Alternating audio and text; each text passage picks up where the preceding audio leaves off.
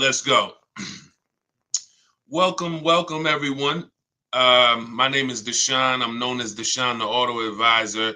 This is Car Shopping Questions and Answers. We do these streams throughout the week to make sure that you have the information you need to save more money on cars than everyone else is saving. That is the big issue. A lot of people are overpaying for cars.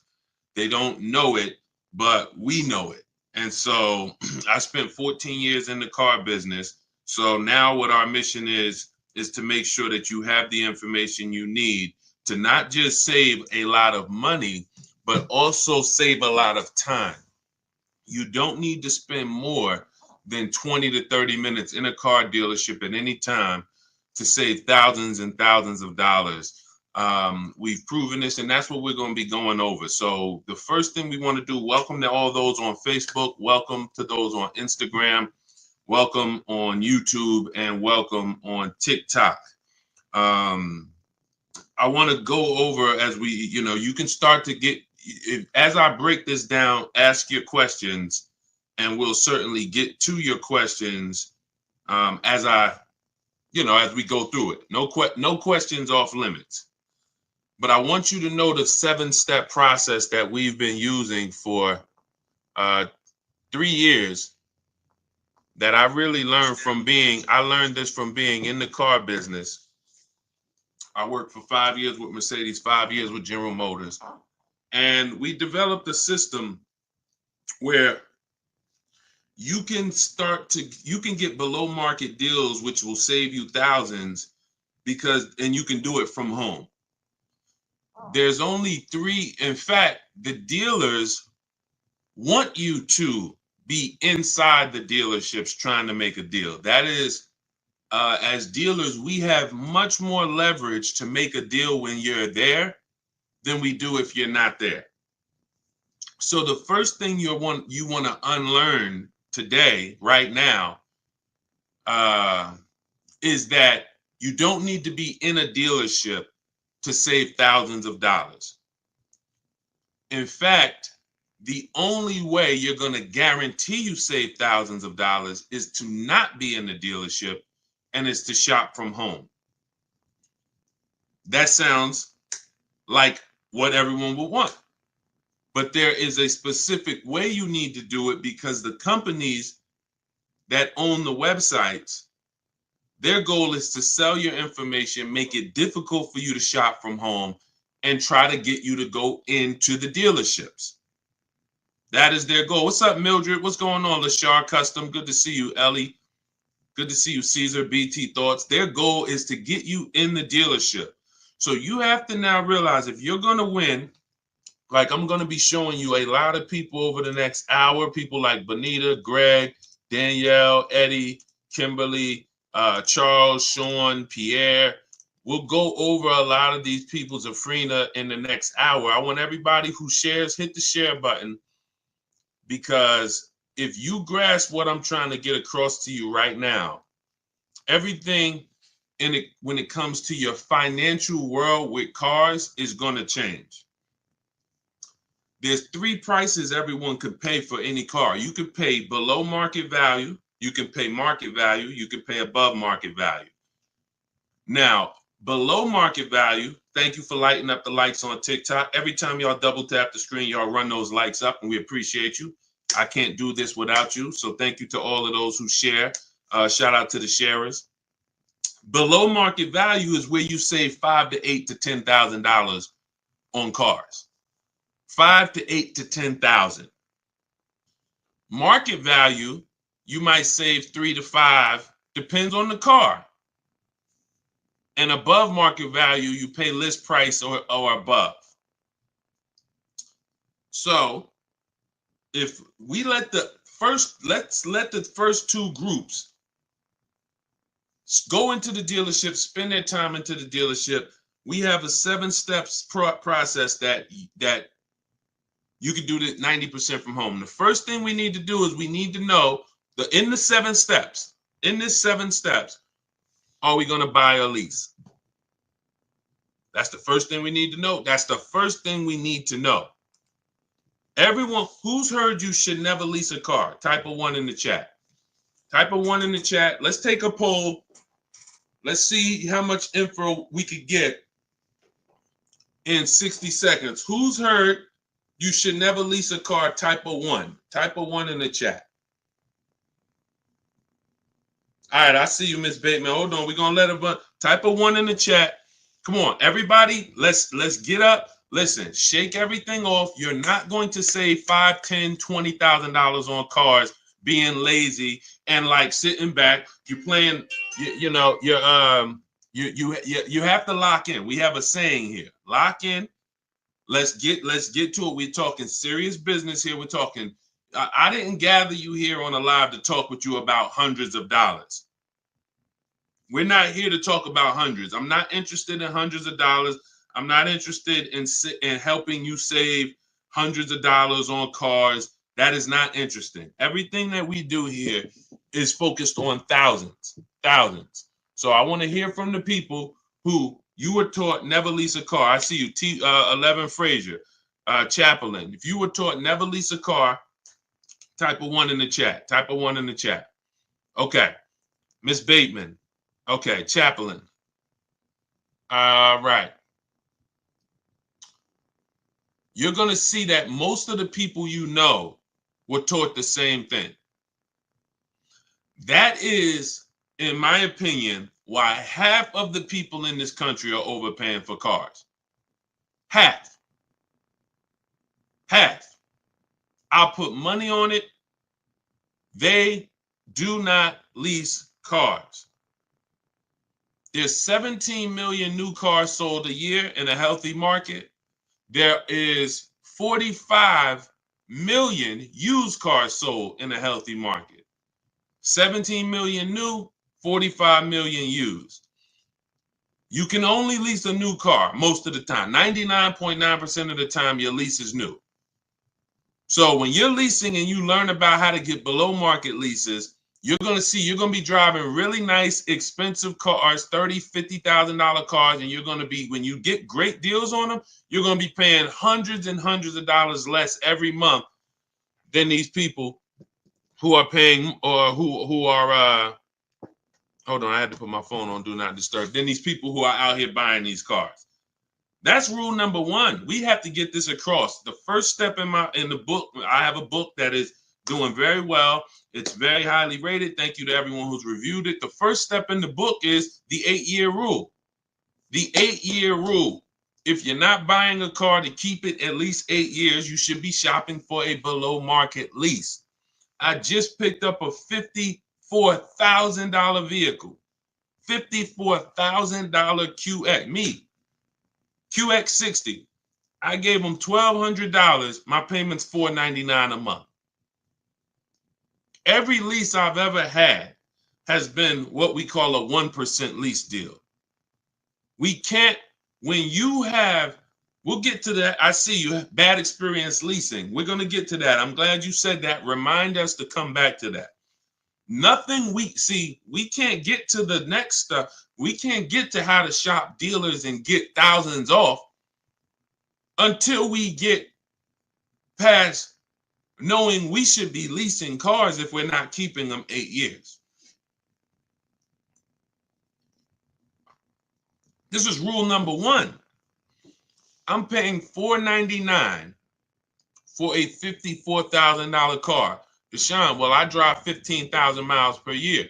Well, if I wanted to drive 15, I would be paying, instead of $499, I'd be paying probably $530, and I'd be driving 15,000 a year. Deshone, well, I drive 18,000 a year. Okay, I'd be paying probably $560, and I'd be driving 18,000 miles a year. It's not about how much you drive. The people who taught you about leasing, they owe you money. They have cost you thousands and thousands of dollars that you can never get back, unfortunately. But I'm the bad news first person.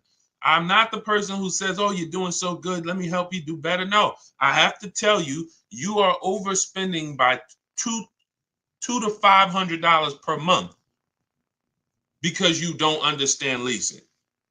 $200 to $500, and you're driving older cars 3-year-old cars, 5-year-old cars, 7-year-old cars for the same prices, where if you just learn how to get great lease deals, you could be driving them with no money down. Let's get this out the way. Everything I'm teaching is in my new digital book. It's called Cars from Home, 7 Steps to Saving Time, Money, and Avoiding Dealerships. We are talking about step 1, the 8-year rule. If you are not buying your car to keep at least 8 years, you should be shopping for a below market lease deal, not a purchase. And you're going to save thousands and thousands of dollars just doing that. Before we talk about getting great deals, shout out to Facebook. Y'all quiet on Facebook and YouTube. Type 1s on Facebook and YouTube. Let me see where y'all at on Facebook. Let me know if you are clear, you're following what I'm saying so far. Type 1s in the chat. Leasing versus buying is the thing that has probably cost you the most money in your life on cars. More money than not being a good negotiator. Leasing versus buying has cost you more money than that. You're not keeping your cars 5 to 8 years. Instead of 17 million new cars a year sold in America, that number, 17 million, that number should be like 35 million. Because people are not keeping cars. They should not be tying up their money in cars. Let me give you an example. Stay by your keyboard, answer this question that I'm about to ask you. You go today, you drop $35,000 on a car, on a used car. Let's say it's a 3-year-old car, $35,000 on a 3-year-old used car. What is that $35,000 cash that you put in that car? What is that car going to be worth in 5 years? That $35,000 used car. What is that cash worth in 5 years? Throw some numbers out there. Let's go. Come on. I know I have some smart people on here. Let me talk to the people who, you don't have to be a genius to follow what we're talking about here. I would stand the reason that if we have some high schoolers on here, this is your first time buying a car, you're gonna learn more than our parents ever learned on this short conversation we're having. But I need you to tap in. All right, I see you. $5,000. I see you. $8,000. I see you. Enjoy life. $15,000. Okay, so check this out. So $35,000 that you trapped in a car. $35,000 that could have been in a piece of real estate. $35,000 that could have been in the stock market. It's trapped in a car. Not only when you go back in 5 years, can you not take the 35,000 out? It's not even 35,000 anymore. It's now worth 5 or 10 or 15. The depreciation is drastic and it's unforgiving. And the only people who should be buying cars are people who are keeping them until the wheels fall off. 10 years, 12 years, 15 years. Because that's how you get your money's worth out of them. You can't put 35 into a vehicle. It drops in value to 12. And then that's when you go and trade it and you do it again with another vehicle. This is how you are structuring your deals. And this is why, besides not saving the money, we haven't even gotten to that step yet. Getting the money off and the discounts. We have to understand structure first. I leased my first car. I was 22 years old. I was leasing a $20,000 or $21,000 Pontiac G6. I was paying $256 a month. It was the best thing in the world. How many of you, as your first car, instead of you paying $400 or $500 a month, or instead of having some $200 or $300 a month hoopty, or instead of buying some $1,500 a month cash vehicle, would have liked to have it where you could drive a new car for $256 a month plus your insurance? Maybe your parents help you out with the insurance. Maybe your parents pay the $200 a month, $200-300 a month, whatever it's good, the $200 a month insurance, and you pay the car payment. This could be better than you putting your child who's in college in a 10-year-old Honda that might still end up breaking down. It's not even a question. It's not even a question. Look at India. India got the Hyundai Elantra Limited for $365 a month. Look, the Hyundai Elantra Limited with the leather, 36 months, 12K, $365 a month, no money down. Look, this is what we do. She ain't going to a dealership to get that done. She gets it done from home, making dealers bid, but she's not getting $365 a month unless she has a phenomenal way to get below market leases. $365 a month, no money down. It's people, it's some of you are paying $500 a month for your car payment. If we be honest, if I ask, what is throw out some numbers. Matter of fact, I'm not even gonna do it. I'm not even gonna do it. I don't want to embarrass anyone. I know I know. I'm in the industry. I've been in the car business since 2016, since 2006. I know what the data says. I know what the data says. I know what the average car payment is. These things are happening because you were never taught deal structuring. You were taught by a bunch of people who never understood leasing that, hey, don't tie up that car, you're renting it. You want to buy that depreciating asset that's going to be worth half of what you're buying it for in 3 years. It's going to be worth 70, it's going to be worth 25% of what you're buying it for in 6 years. And then after that, it's going to be worth probably about 10%, 15% of what you bought it for, but then it just stays there. It'll never go below 10, 15%. It'll stay worth $5,000 forever. It could be 12 years old. It's going to still be worth, $3,000. That's the whole point. That's when you beat depreciation. That's when you buy your cars. That's your goal. You buy your cars. You don't lease your cars if that's your goal. But you should not, if you're not ready for maintenance and long-term care and investing in your vehicle and paying and keeping it a long time, then you're spending thousands of dollars buying these vehicles. You should not be buying them. Okay, so all of this is laid out in my new digital book. It's called Cars from Home. We're going to get to some questions. We know we got a lot of questions. I see you all. We're going to get, Dolan's going to start pulling your questions in about 2 minutes. So you can type your questions now. Hang on, Dolan, not quite yet. Everything we're talking about, that's step 1 in the Cars from Home 7-step process. So step 1 is the 8-year rule. And if you're not buying your car to keep it 8 years, you should be shopping for a below market lease. If you're keeping it at least 8 years or more, you should shop for a purchase. My new digital book spells out our entire system. It's the ultimate blueprint to do it yourself.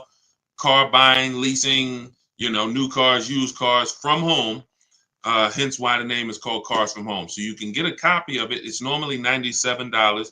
You can get a copy as part of my welcome offer to you. You can get it for 75% off, but it's only for 30 minutes. So you can get to my TikTok bio. As long as the timer hasn't hit 0, click the button in my TikTok bio. There's a link there in my Instagram bio, the YouTube comments, or the Facebook comments. And as long as you get there before the 30 minutes, you get a copy of Cars from Home. 7 steps to saving time, money, and avoiding dealerships for $24 instead of the $97. Now, as soon as you pay, make sure you screenshot the thank you page. There's a it says screenshot this page because some of you type your email incorrectly, and then we can't email your book because you typed the email wrong. So you'll have my support team's email. They're there Monday through Friday. Reach out to them, get your book, but try to type your email in correctly. We deliver a lot of books. The system works. And you'll also, on that same page, have the link to open the book. So you might want to save it right there to your phone or to your computer. So you'll get it, 2 ways. Okay, so go grab your copy before the 30 minutes is up. You get it for $24 instead of the normal $97. Now, $97 is still worth every penny. This will be the most valuable book, one of the most valuable books financially you've ever owned. That is my guarantee. And you can read the reviews online. Okay, let's go, Dolan. Bring in the first couple questions. You guys can start typing. Start typing your questions if you have them, and we'll start getting to as many as we can. When the lease was up, took the car in. They said I wasn't qualified to purchase the vehicle, yet they sold me another used car. Later was sued for damages for a car I never had. There's a couple things here that look pretty bad. Let's start from the beginning. When the lease was up, took the car in, they said I wasn't qualified to purchase the vehicle. So if you had some credit challenges, you may have not been qualified to buy that vehicle with a traditional bank. But they maybe they tried to put you in a car that you didn't want, that they could get you approved on. And so what happens is, you didn't want the car, but that's the only car they can get you the loan on. And so that ends up being a bad experience for everyone, because you're now taking a car, you didn't see the market, you didn't see your options, and now you have a bad loan.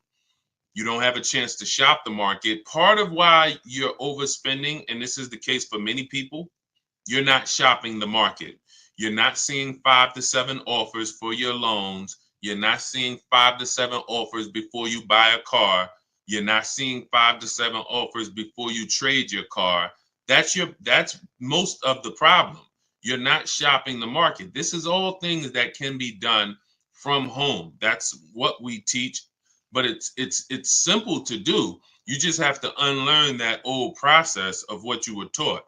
So yeah, it just seems like from the get-go, you should have been following a plan of someone that doesn't have perfect credit, and then you would have followed whatever options you had, whatever your best options would have been at that time.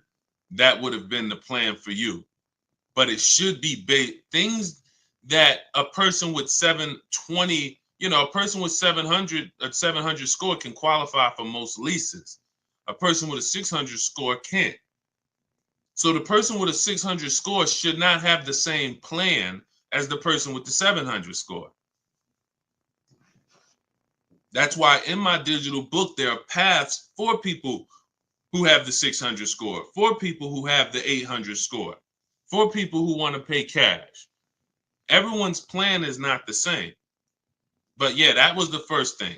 You should have been moving on a path at this particular point. It's saying, I don't know if you had a chance to recover your credit, but if you need a car, you would still be shopping for a path of a person who doesn't have good credit. There are options for you.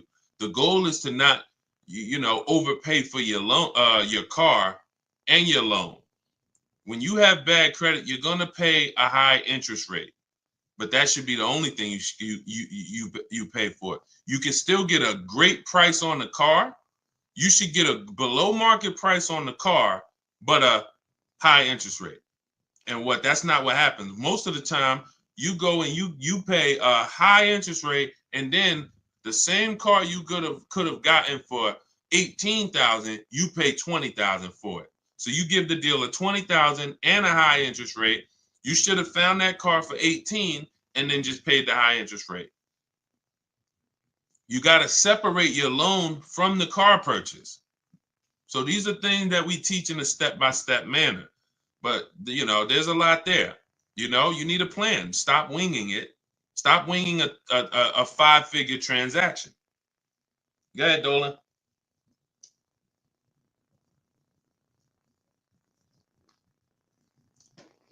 If I lease a 2020 Toyota RAV4, what should my payment and residual be? We don't focus on residual. We do shop the payment according to the 1% rule.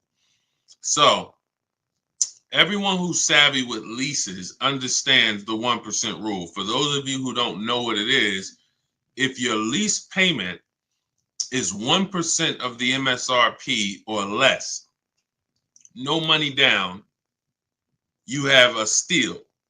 So if you're looking at a $30,000 car, if your lease payment is $300 a month or less, it's a steal.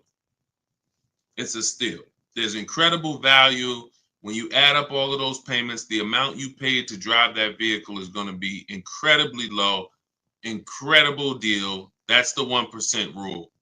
Now, we estimate a good deal to be 1.25. 1.5 is where we cap it. So I created the 1.5% rule when it came to bad lease deals, because we knew about the 1% rule, but we didn't know about bad lease deals. And I just saw, especially during the pandemic, but almost any time, people driving around with leases and they've overpaid for them. And now they don't see any benefit in leasing. They say, well, I might as well just buy because the payment I'm paying is almost the same as a purchase. Yeah, that's because you overpaid. It shouldn't be that way. I'm paying $499 a month for my Infiniti QX60.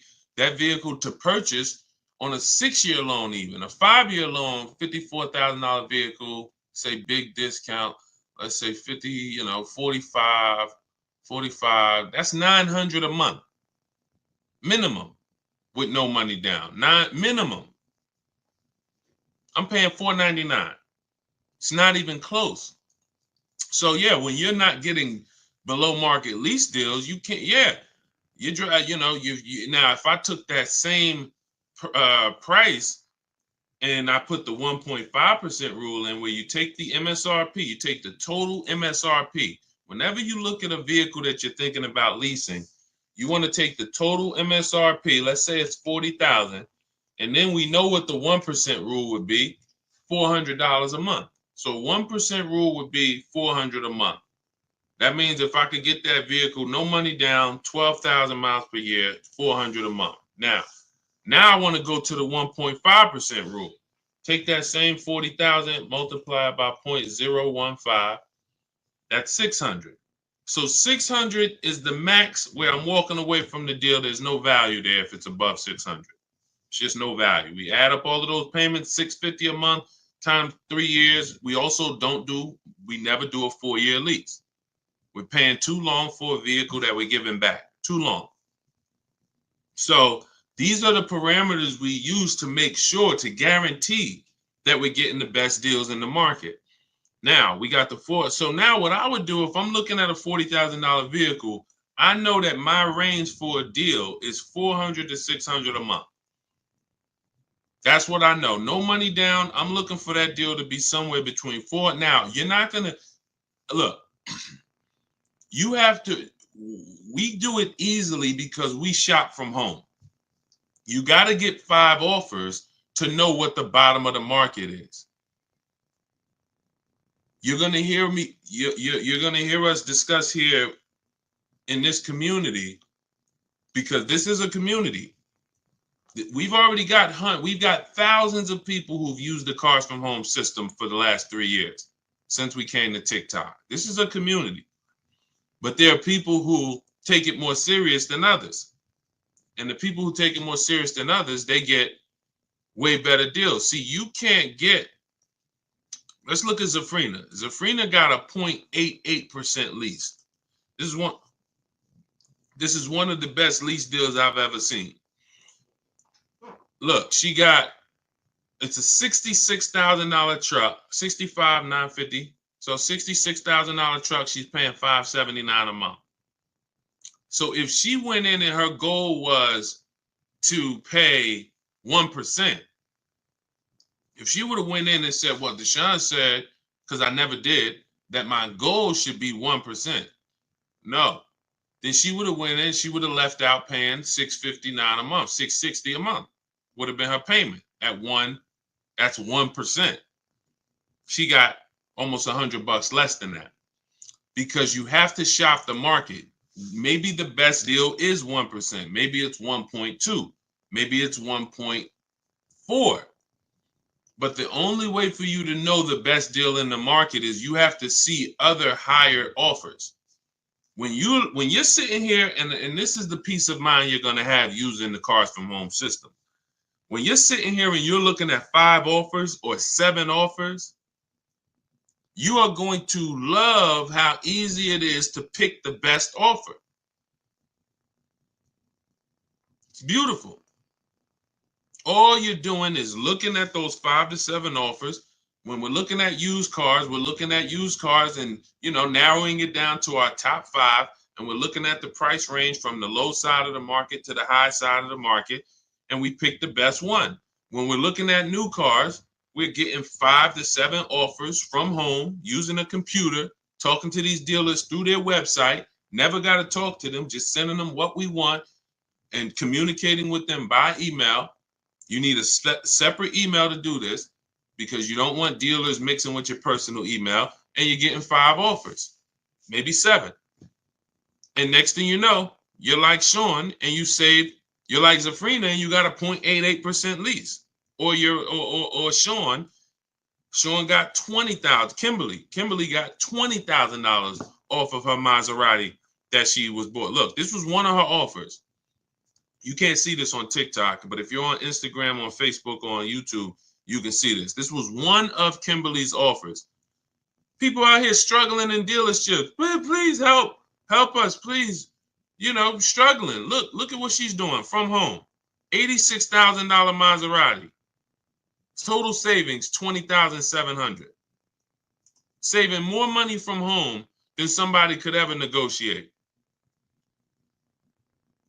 This is how you get the best deals. It happens from home. So everything that we're teaching, everything we're talking about is in my new digital book. It's called Cars from Home. 7 Steps to Saving Time, Money, and Avoiding Dealerships. It's already 5-star rated. You can Google it. Thank you to everybody who has taken the time to review the book, to rate it on Goodreads. It does mean a lot. And the book's normally $97. It's a digital book, so you can have it in your inbox immediately. But as part of my welcome offer, you can get your copy for 75% off, which is $24. But it's only for 30 minutes.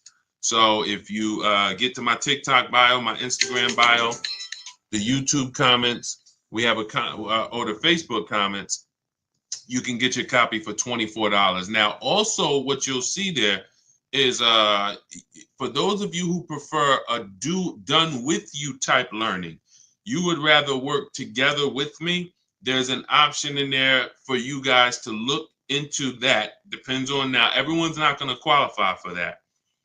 In my book, that's the blueprint for everybody. Bad credit, high mileage drivers. Ask questions because we haven't, Dolan, I know you got more questions, so we'll get to them. But hold on, keep that there.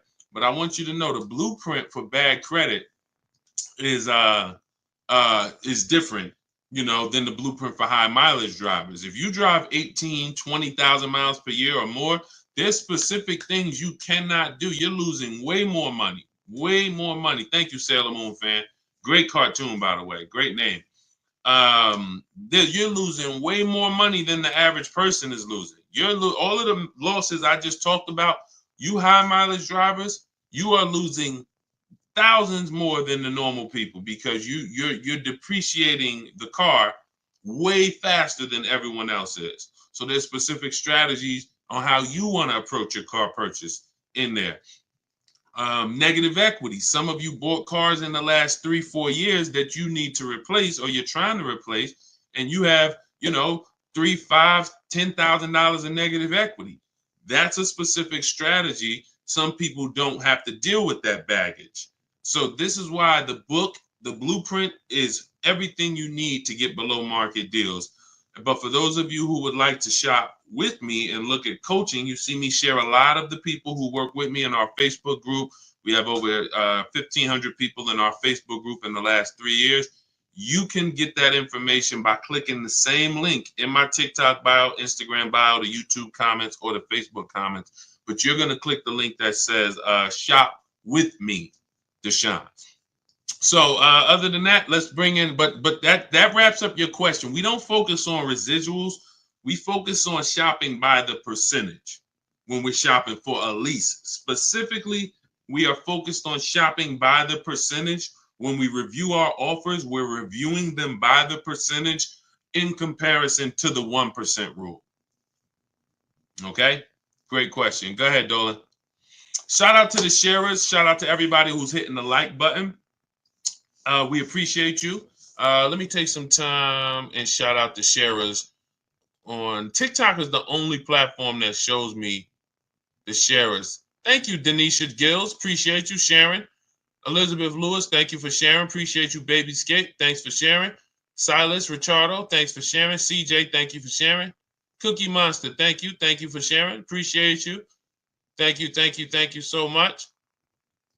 Okay, thanks for sharing the broadcast. If anybody else shared, I appreciate it.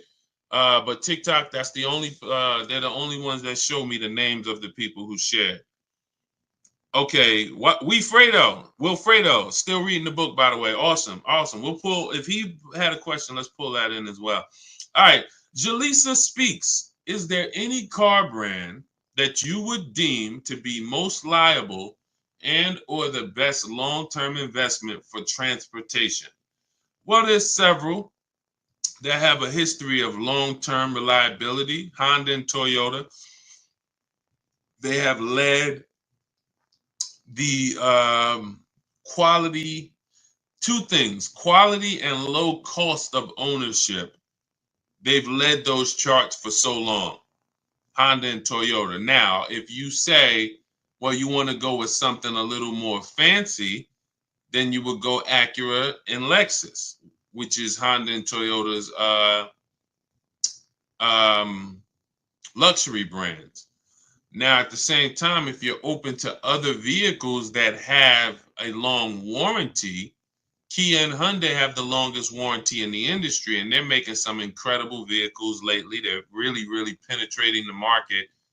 I mean, Hyundai and Kia they've become, probably from sales wise, Mazda, the growth of those three brands has been incredible, and it's because I think they put a lot of quality into. They try to put a lot of quality into the vehicles.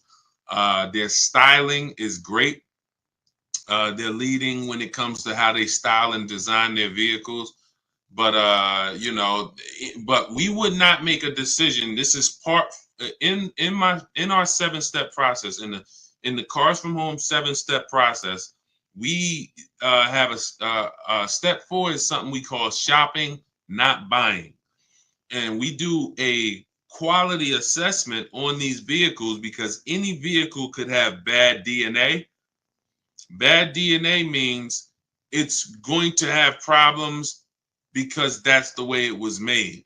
And it has a high likelihood of having problems because that's the way it was made. You know, if the 2022, and this is year specific, who's heard never buy a vehicle the first year they make it? Who's heard that? This is a saying that, you know, it was wisdom from back in the day. Who's heard that? Never buy a vehicle the first year that it comes out. Who's heard that?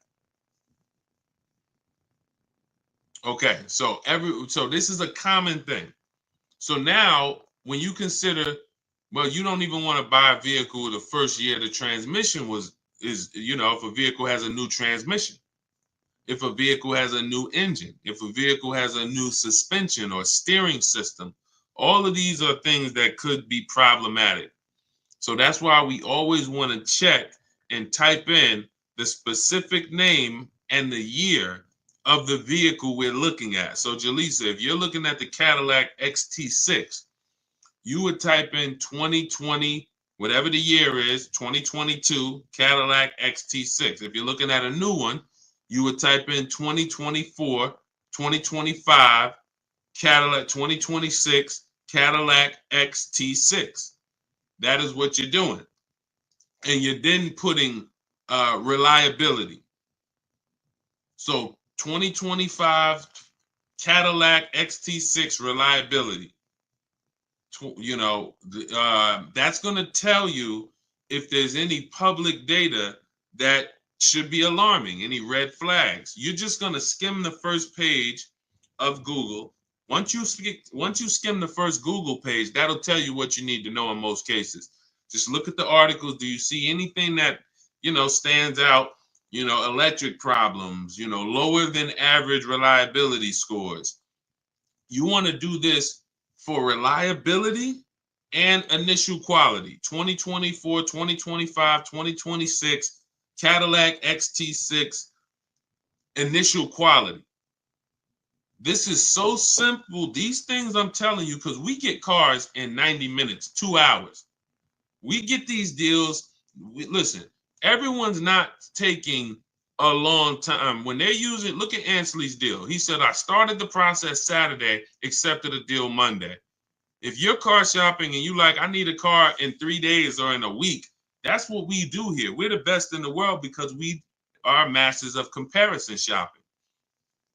Masters of comparison shopping in a very short period of time. But these are 5-minute things we do to check to make sure we don't go out and get a great deal on the car, great price on the car, and then the car is in the shop every 4 months. Every 4 months, the dealer has to send a flatbed, or the roadside assistance has to send a flatbed to pick up the car. So when we look at, long-term Honda, Toyota, but if you're open to other brands, there's several brands that have, really tried to enter the long-term race of making great vehicles, putting a 10-year warranty on their vehicles, which is unheard of. That's Hyundai and Toyota. Hyundai and Kia. And then, but each vehicle you would check in specifically, independent of everything else, you're checking each vehicle to see what the write-ups are on that vehicle, not just the brand. All right, go ahead, Dolan.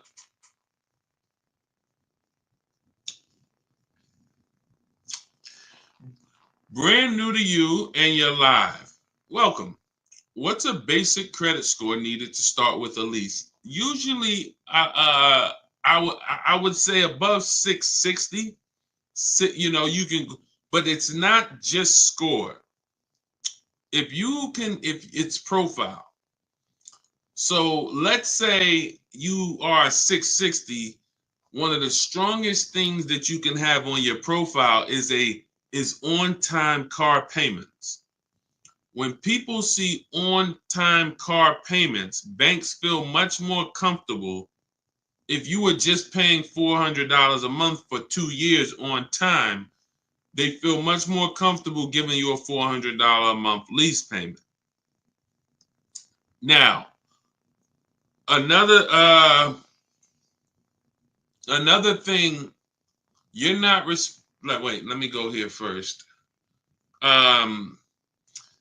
So if you have a strong profile, which is one of the heftiest things is a on-time car payments for the last 2 years, or high income, predictable income, high salary, high income. So you got a 640 score, but you make 120,000. That's part of your profile. But I like to see people get out of that manipulation zone. That manipulation zone is anywhere from 660 to probably about 650 to 680. Once you see that manipulation, they might tell you didn't get approved tier 1. That's why you got to have backup offers. So if somebody tells you didn't get approved tier 1, they might say, oh, the payment goes up $100, but it's not supposed to go up $100. Maybe it's not even supposed to go up. They're just taking a shot at you because they know you don't know better, but you got a second offer. Hey, well, look, I got to check with the second offer. Can you call and see? And we do all of this from home. I even have a script in my book for what to say when they tell you you're not approved tier 1. Now, I don't have many scripts. Most of the scripts we use, if not all of them, are for talking to managers. We're not speaking to car salespeople. So we are using scripts. The only time we're speaking with car salespeople is if we're setting up a test drive. And once we set up that test drive, that's it. Obviously, when we come in to pick up the car, a car salesman is going to help us. But all of our everything is done from home. Nothing is done with salespeople. And really, there's no talking. So if you're somebody who you don't like talking, you don't want to try to remember what to say, then the Cars from Home system, you're just like the people who've come before you. Teddy, none of these people like talking to dealers, going to dealers. Look, Jen, Rosalie, You know, I think we get a balance of men and women. Tasha, Pierre, Ansley, you know, and you see that you could see their deals. You know, some of you could see their deals. So the point is, you know, all of this is in the blueprint that I wrote. It's called Cars from Home. It's my new digital book, Cars from Home: 7 Steps to Saving Time, Money, and Avoiding Dealerships. We spent a lot of the first 20 minutes talking about the first step in our process, which is leasing versus buying. If you missed that, you could go watch the replay on some of these other platforms. You cannot get great deals if you don't understand. Stop buying cars if you're not keeping them 8 years. You are losing thousands and thousands of dollars. There's no way. We went on it. You know, we'll go deep on it on another stream, but you can watch the replay. There's no way for you to get a great deal. That's probably why some people are asking about, wanting to make sure that they have the credit to lease, because that's what we spent the first 20 minutes really hammering, is that, in my opinion, I think 30% of the population is buying when they should be leasing, just because they don't understand it. They don't understand how to structure their lease, pick the correct mileage, and they don't understand how to shop for leases to make sure they don't get they're not overpaying for a lease. So, but yeah, everything is laid out in my book, step by step. You're going to know exactly how to get below market lease deals, below market new cars, below market pre-owned cars. These are different strategies. Bad credits in there. You don't have to worry. You have an exact path for if you have bad credit, high mileage, negative equity. And normally the book's $97, but as part of my welcome offer, you can get yours for the next 30 minutes for $24, 75% off. That's my welcome offer for 30 minutes. So go grab yours. In my TikTok bio, there's a link. My Instagram bio, there's a link. The YouTube comments or the Facebook comments, get there before 30 minutes. You got your copy for $24.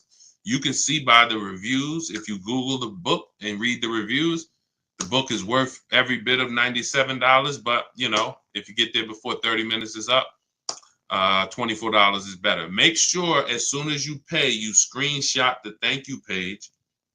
Sometimes you type your email wrong. We're going to email you a copy, but we have a great email system, but sometimes the email is wrong. Make sure you check your spam for the book. Sometimes if you don't see that book in 5 minutes, check the spam or the junk folders. But then you'll also have my support team. As soon as you buy the book, screenshot that page that has my support team's email. Monday through Friday, reach out to them, and they'll make sure you get your book. You also, lastly, as soon as you pay, there's a link for you to open your book right on the page there. It'll say, click this link to open your book, and you can save it right to your phone or to your computer. Okay, for those of you who want to look at shopping and seeing if you qualify to shop together with me, we have a program where you can just go to those same links and you can hit Shop with Deshone, see if you qualify, and watch that short video, and then we'll let you know if we can work together in a different learning format. We always like to say, we're going to make sure the information is available for you, but everyone learns differently. Some people, you're a do-it-yourself person. Some people, you're a do-it-done-with-you person. You like to do things with community. That's why we have over 2,000 people with you that have come before you. We have over 1,500 people in our private Facebook group. We have dozens of people on our private Zoom calls. That might be better learning style for you to learn the Cars from Home system. It doesn't matter. You might be able to just sit and watch the lives and just watch our live stream, put it together, piece it together, and you're getting below market deals that way. It doesn't matter. We just want to make sure that you have what you need to get below market deals. All right. Go ahead, Dolan. Let's go. If asked, would you go with someone to purchase a vehicle? So we actually we're testing a new program. It's not even a test. We've tested it already twice in the last 3 years. We have to make sure. We had to make sure before we launched this done for you solution that we had the team and the staff. So that program is not a program that we can let everyone into, and it's not a program. It's sometimes we're going to have to close it because we can only take a few people at a time. But if you go to those links, you'll also see a button that says shop for me. You can also visit the same links in my YouTube comments, Facebook comments, the TikTok bio, or the Instagram bio. You'll see a button that says shop for me, and that you can book a call. You book a call with the team and see if you qualify for the shop for you. So as I said, there's no excuse. There's no excuse for anyone to be overpaying for cars at this particular point. You have tons of free information that I'm going to put out. You can get your questions answered on this stream. You can write all of this stuff down. You can watch 30 live streams, piece it together, and you will get the same deals that you're seeing a lot of people get that I share, and the same deals I'm going to get. Or you could get the blueprint, get your copy of Cars from Home, 7 Steps to Saving Time, Money, and Avoiding Dealerships, and you have the written blueprint step by step for all types of car deals, leases, purchases, new cars, everything. Or we could do it for you, or we could do it with you. There's no excuse for you to be out here having anxiety concerning car buying anymore and overpaying and having buyer's remorse. Okay, go ahead, Dolan. Do you have to have a long credit line to lease a car? No, again, like I said, you want to try to be between you want a minimum, you want to try to be between 650 and 680. That's going to help you qualify for most mainstream lease programs. But the stronger your profile, if you have a car payment that you've paid on time for 2 years, or you have a home mortgage, that's going to in the 650 to 680 range. That's going to really help you to stay out of the manipulation zone. Anything above 680 though, you're usually getting tier 1 no problem on most leases. So yeah, great question. Go ahead, Dolan. Thank you for running the lights up. Every time y'all tap the screen on TikTok, you'll see those lights continue to go up. And TikTok tells more people about the show, brings more people to the stream. We help more people save money. And we help people unlearn what the car business has been programming us to do for all of these years. So thank you. Continue to double tap the screen every time you hear something that you like. And, hitting the like button does matter. Appreciate you. And shout out to the sharers. Welcome to the new followers. I see you. Welcome, R. Timmel. I see you. Welcome to the community. Toy for real. Thank you. Welcome to the community. Luna, Oz, welcome to the community. I see you. Cam, welcome to the new followers. Shout out to the people who just followed the movement. All we care about here is making sure that you pay less than everyone else for cars. Hi from Mississippi. Good to see you. Shout out to hi from New Jersey. Great to see you. Hello, Mississippi. All right. Is the last week of the year a good time to get a good deal on a car? It's a good no. And let me tell you this. Yes and no, but I'm going to say most. Here's the thing. Car dealerships, we have made a fortune with marketing.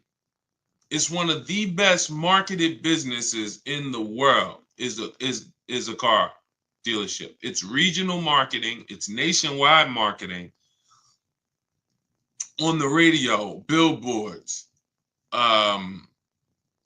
television, social media. It's so good. And it makes people think, come in at the end of the month, come in during the holidays, you're going to somehow get a better deal.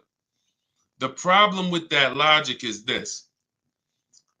The deals that you see, look, when I share deals like India's deal, $365 a month on her limited.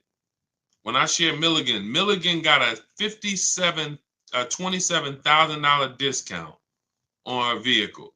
$27,000 discount.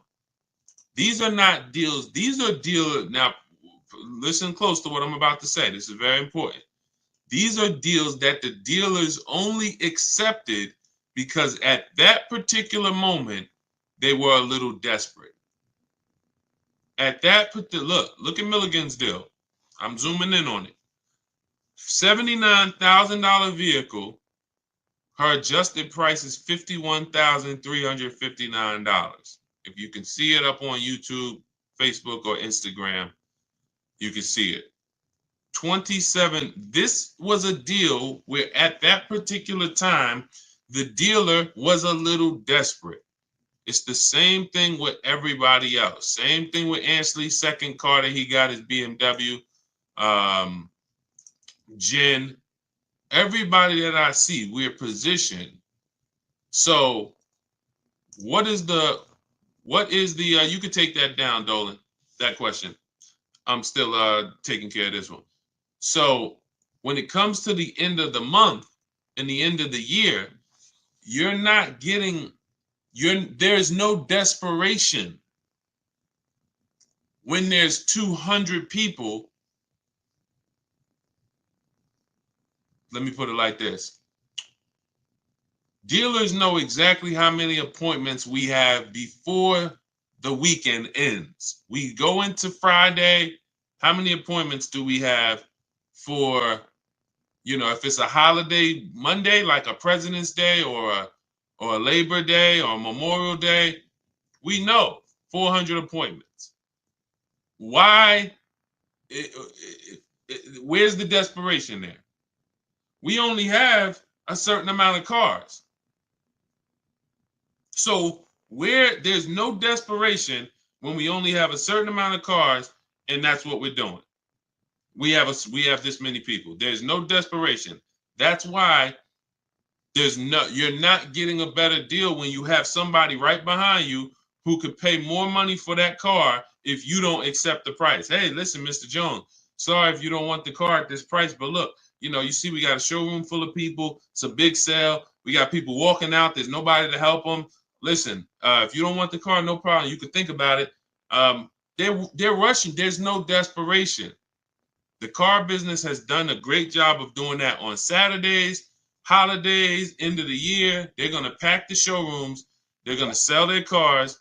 There's no desperation there. All right. So no, this is all about what you want to do is position yourself.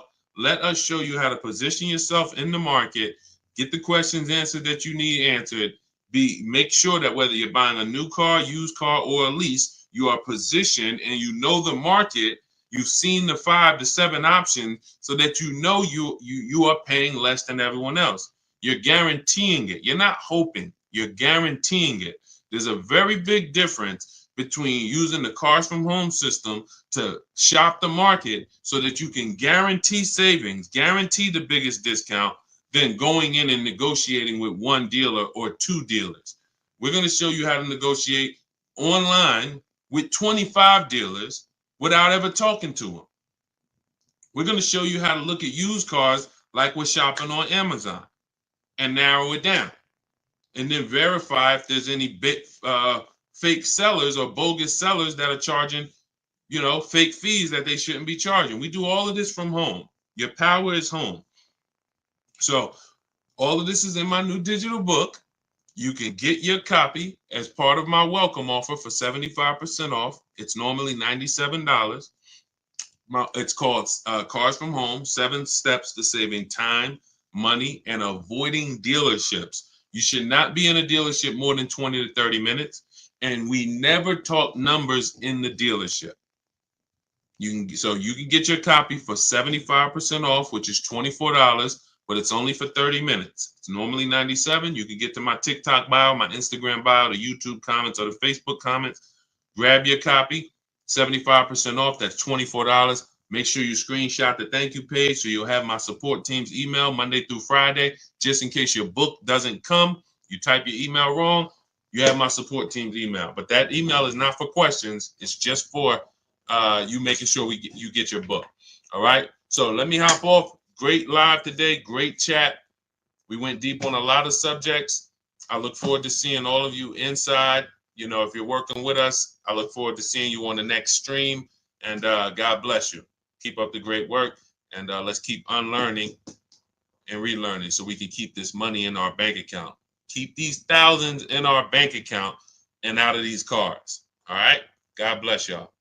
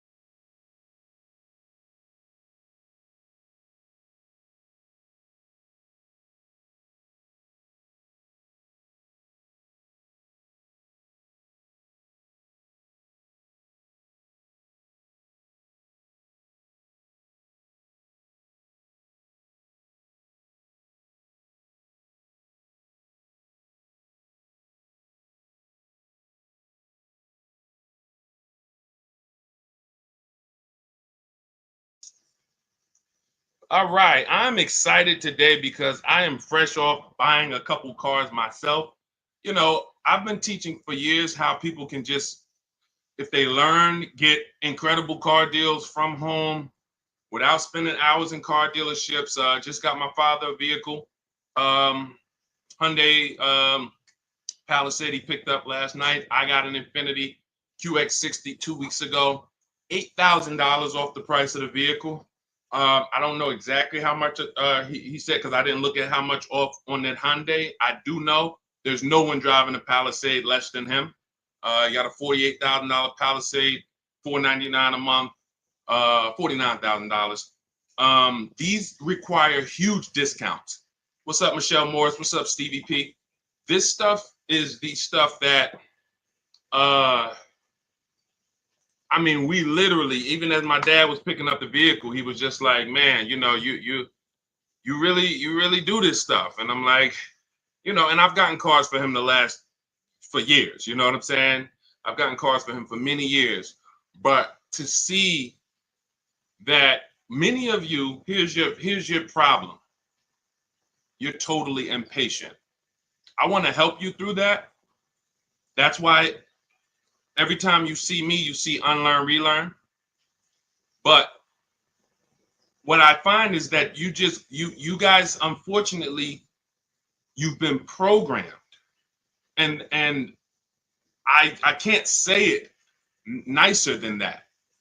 I need to let you know, as a former car salesman for I've been in the car business since I was 22, 2006. I've worked for the biggest brand in the world in Mercedes and the top 3 dealerships in the nation at Ray Catena and Edison.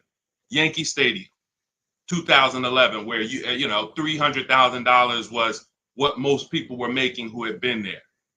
So I came at 28 into the top of the top. I'm telling you as an insider that you can do this. You can do everything that I teach. You can do everything the people that have learned from us teach. You see, I'm going to be sharing dozens and dozens of people beside myself, but because I just got a couple cars, obviously I'm going to come on and talk about the money we just saved right here. Both deals that I just made were made right here. Where you see me at, where I do these streams from, if I showed you my emails, you would see, wow, Deshone, all the work was done right here. That's how I want you moving. That's why our entire system is called Cars from Home. It's a mindset. It's not just a process, it's a mindset. I saw people in those dealerships as I was picking up these cars and they were miserable in there, sweating and some of them outside smoking cigarettes, stressed. This is like, you're literally giving a company 5 figures, $10,000 to $100,000, and you're outside like this. So what we're going to talk about over the next hour is the Cars from Home system, how it's been. This is proven. What we got to get you to is to where you believe in yourself. See, I don't have a problem when people don't believe in me because there's so much about me out there. It's proven. Somebody can say, hey, go here. Do you realize Deshone, the auto advisor, is the only person that you can find, if you look, hundreds of people who use his stuff and actually save money from home. So it's not that I'm not trustworthy. It's not that when you see people who we share in our streams, Tope and Bonita and Greg and Danielle and all these people sharing their car deals, it's not that you don't believe that these are real car deals. It's not like you're saying, hey, did he make those up? It's not that. We got to get you to believe that you can do this. And that's what we want to talk about, is how simple this is. We obviously will answer questions, so you guys can start typing your questions. We'll get to as many as we possibly can. But I want you guys to know that this is something where you can leave your strategies at the door. Everything we'll be teaching today is out of my new digital book. It's called Cars from Home, 7 Steps to Saving Time, Money, and Avoiding Dealerships. It's the entire blueprint. So it's the step-by-step blueprint to get the results that I get, that the hundreds of people that you have seen get, and for you to have anxiety-free, buyer's remorse-free car deals that save you thousands and thousands of dollars. So if that's something that you are interested in, hit the like button so I know who I'm talking to. Hit the like button, keep tapping the screen. On TikTok, if that's something that you're interested in, let me know I'm talking to the right people. Let me know I'm talking to the right people. Raquel, what's up, Sally, Tawana, Gummy Bears? Let me know I'm talking to the right people. Okay, double tap the screen. All right, am I talking to the right people? Am I talking to people who care about their money, who like Deshone? Give me the strategies. Don't hold back. Let's do this. I care about my money. I see it. All right, y'all keep running those likes up. Okay. While we're on the stream, you guys can get your copy of Cars from Home, 75% off. It's normally $97. That blueprint that I'm going to be talking about, it's in my TikTok bio. It's in my Instagram bio. We put a link in the comments on YouTube and a link in the comment on Facebook. That's going to get you 75% off. So you won't pay the $97. You get there before the 30 minutes is up because it's only for 30 minutes. You get it for $24. It'll be in your inbox by the time we finish the show. And you can also now screenshot that thank you page. And you'll see as soon as you pay, there's a link at the bottom of that page to open the book. So you can save it there, save it to your computer, but I also email you a copy. Okay, Dolan, let's get the first question in. Guys, you can keep typing your questions as we go through the show. Love the book. Thank you, JC. I was wondering, can you use the same strategy you teach also when trying to get a below market lease on an exclusive car that will need to be ordered to get all the options I want? If I'm ordering an exclusive car, right now we're using this, we're shopping for a customer with a Range Rover autobiography. Doesn't matter. I'm talking to dealers in six, our team is talking to dealers in six states. Exclusive, more reason to actually use competitive shopping because the numbers are larger. When you see the premiums that some of these dealers are charging for exclusive cars, 100,000, 50,000 over list price, the potential for you to save or overpay is greater. So absolutely, competitive shopping is something you should do with any vehicle from whether it's a Hyundai Elantra base model or whether it's a $400,000 Lamborghini. Competitive shopping, because each dealer is individually owned and operated and they set their own prices. So the key to saving the money fast from home is making them compete. Okay, definitely. Never want to put ourselves in a position where we're looking at one dealer who has convinced us they have the only car. If I'm ordering a car too, JC, good thing about ordering is everyone can bid. When you get an exclusive car, dealers get something called allocation. That means I only might get 3 Range Rover autobiographies a quarter or a month. I'm sorry. I might only get 3 G-Wagons a month. So some dealers have used that. They don't have allocation, so they can't put an order in. But other than that, we use a strategy called the 25 to 5. For new cars and leases, we connect with 25 dealers online. You know that, JC, because you have the book. You can do that with an order. You do it before you place the order because now you have a bunch of dealers who can bid. When you go do that strategy, not everyone's going to have a car you want, but on an order, pretty much everyone could get a bid in. And I remember we had somebody who was getting a brand new BMW. I think it was an X4M when they first redesigned it. And she used the strategy, and every dealer wanted list price or over list, and the best offer she got was $3,000 off. So there are dealers who want the unit, but you got to be patient. You got to be positioned. Okay. And what we do is help you get, be positioned. Okay. Great question. Go ahead, Dolan. Keep typing your questions. Simply Trick. What's up? Shout out to the people on TikTok. Matthew Forrest. If you want to talk cars, if you're ready to talk money, then come on in. Get your mind right. We're talking money here. We are talking big money. I'm not here to talk to you guys about hundreds of dollars. I don't care about hundreds of dollars. God bless you. I know there's some people who will sit on the stream to figure out how they're going to save a couple $100. Times are tough for some people. Respect. That's not what we're here to talk about. Every mistake you're making with your car deals, it's costing you thousands of dollars each time. You think when you buy that car and then, it broke down, or you buy that car and you find out you overpaid for it, that's not a $1,000 mistake. That's a $5,000 to $10,000 mistake we're making because we unfortunately have been taught to wing the second most expensive process we'll ever be involved in. Most of us, most expensive process is our home purchase. But all of us, even some of us, you haven't bought a home, you can see cars have been your most expensive purchase in life. And unfortunately, the industry has taught you to wing it. Just, play it by ear and feel. No, we don't do that. That's how you end up making the dealers 5-10 grand, huge commissions. And unfortunately, it's at your detriment. So if you're serious about that not being you, then tap in, tune in, lock in. Would you put a large down payment down on a used car? I would.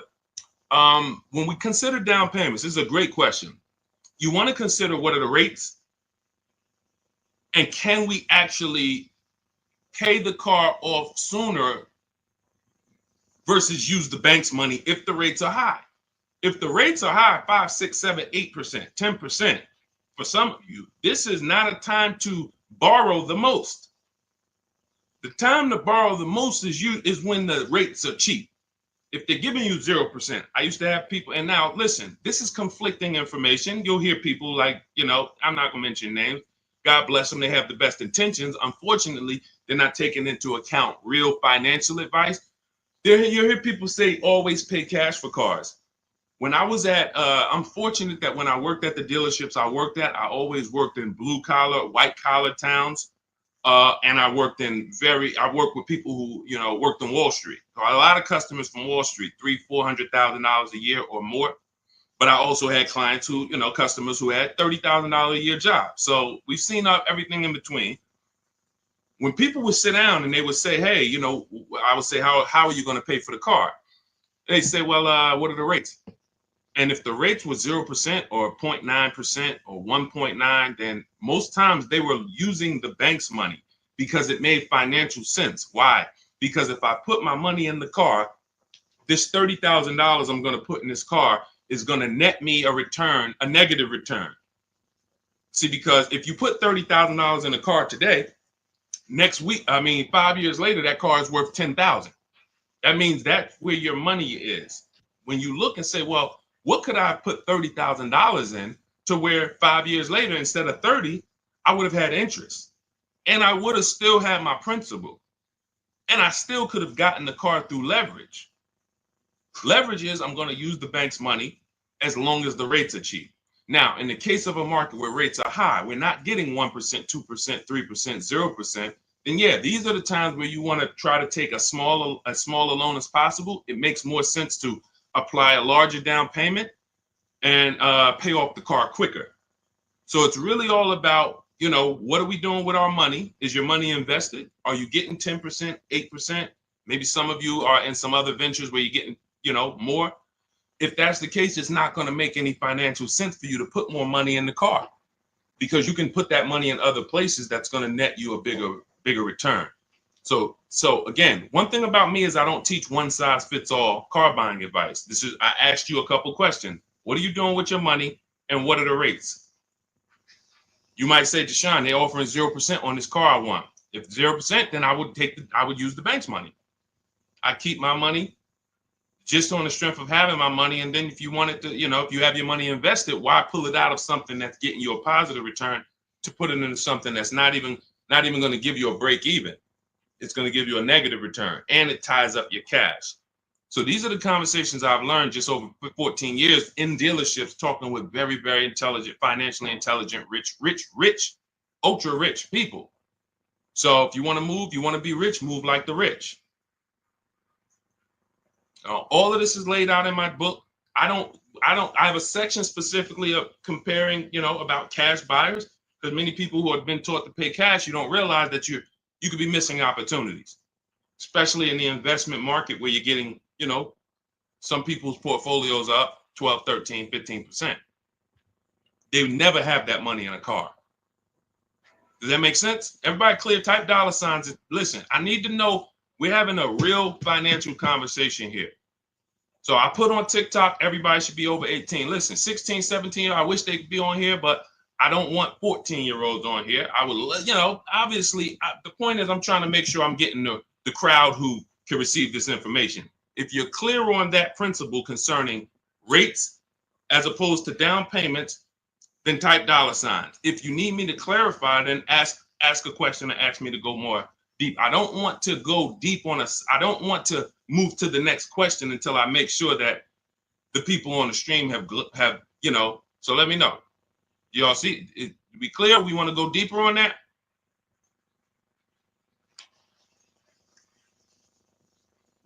I see you, Ruth.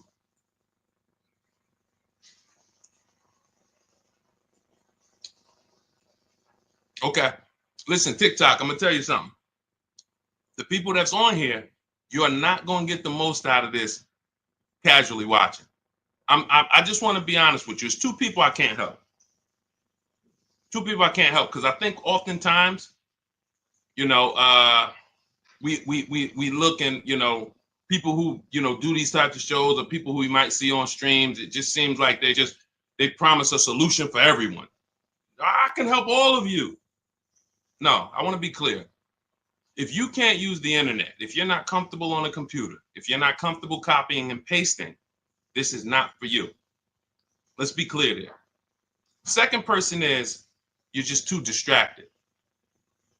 We're talking about $5,000, $10,000. When you see people on this, you know, that I show you that have saved 5, 10 grand, 12 grand, 20 grand off their cars, you know, we share them. You guys know that. I mean, look, you got people who save 20 grand off a new F-150 Lightning, you know, ridiculous lease payments, $365 a month, sign and drive on this 2024 that India got. When you see this, these people aren't casual listeners. These people said, Deshone, I was following you. I used to tap to the stream, and then I got the book, and then I started, you know what I'm saying? I don't want you to fool yourself. So either lock in, like get to your keyboard, because learning, it's proven. Those who actively learn get results. Those who listen, audio is you're only retaining a very small amount. So what I suggest is, before we move to the next question, those of you who are serious, get to your keyboards. You don't have to do it on lives and stuff. You ain't got to do none of that because that's not active.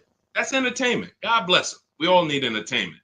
But here, in order for you to look and say, you know what, I was on Deshone's stream. I don't want you on this stream 2 years from now having car buying anxiety, Alex, Annabelle, Chef Land. I don't want people who was following me when I came to TikTok in 2021, when God blew me up, and you saw me 2 years ago, you still have anxiety. You still ain't out here saving the money that we're saving. And we've been pushing this heavily for 3 years. Why? You haven't locked in. You're trying to be casual. So let's lock in. Next question, Dolan. I just wanted to let the people on the stream know, and shout out to the people who are locked in. Let's go. Do you need an extended warranty with a lease? Only when you are going to be outside of the warranty coverage based on how many miles you're going to be driving. So most vehicles have a bumper-to-bumper 3-year, 36,000-mile warranty. Now, when you consider that the average lease is 12,000 miles per year, but there are leases for 15, 20. You know, we teach about high mileage leases here, 25,000. Jen got a high mileage lease on her Honda CRV hybrid. Her best deal out of all the dealers, because we shop 25 dealers, we do it from home. Her best deal on this vehicle is $40,000. It was $512 a month, no money out of pocket. Come pay $512 a month. That's your deal. Now, she bumped it up because our formula when we're shopping for our lease offers is always to shop with 12,000 miles per year. First payment down. I want you to write this down. Everybody who's locked in, write this down. This is how, I mean, unless you have my book. If you have my book, you don't need to write this down because it's in there. But this is how we shop our lease offers. 12,000 miles per year. First month's payment only due at signing. We tell them assume tier 1 credit, and taxes and fees go in the payment.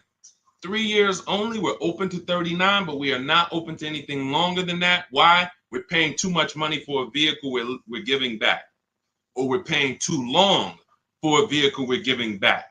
All of you out there who have a 42-month lease or a 48-month lease, just take your contract, look at the payments, add them all up.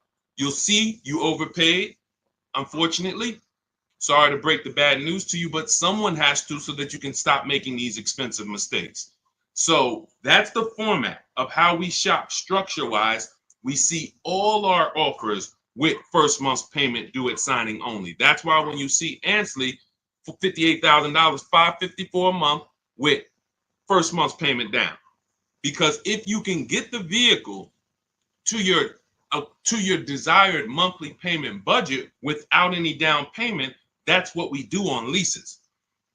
If we can do a sign and drive and it's in our payment, we'd rather not put any money. It's in our payment budget.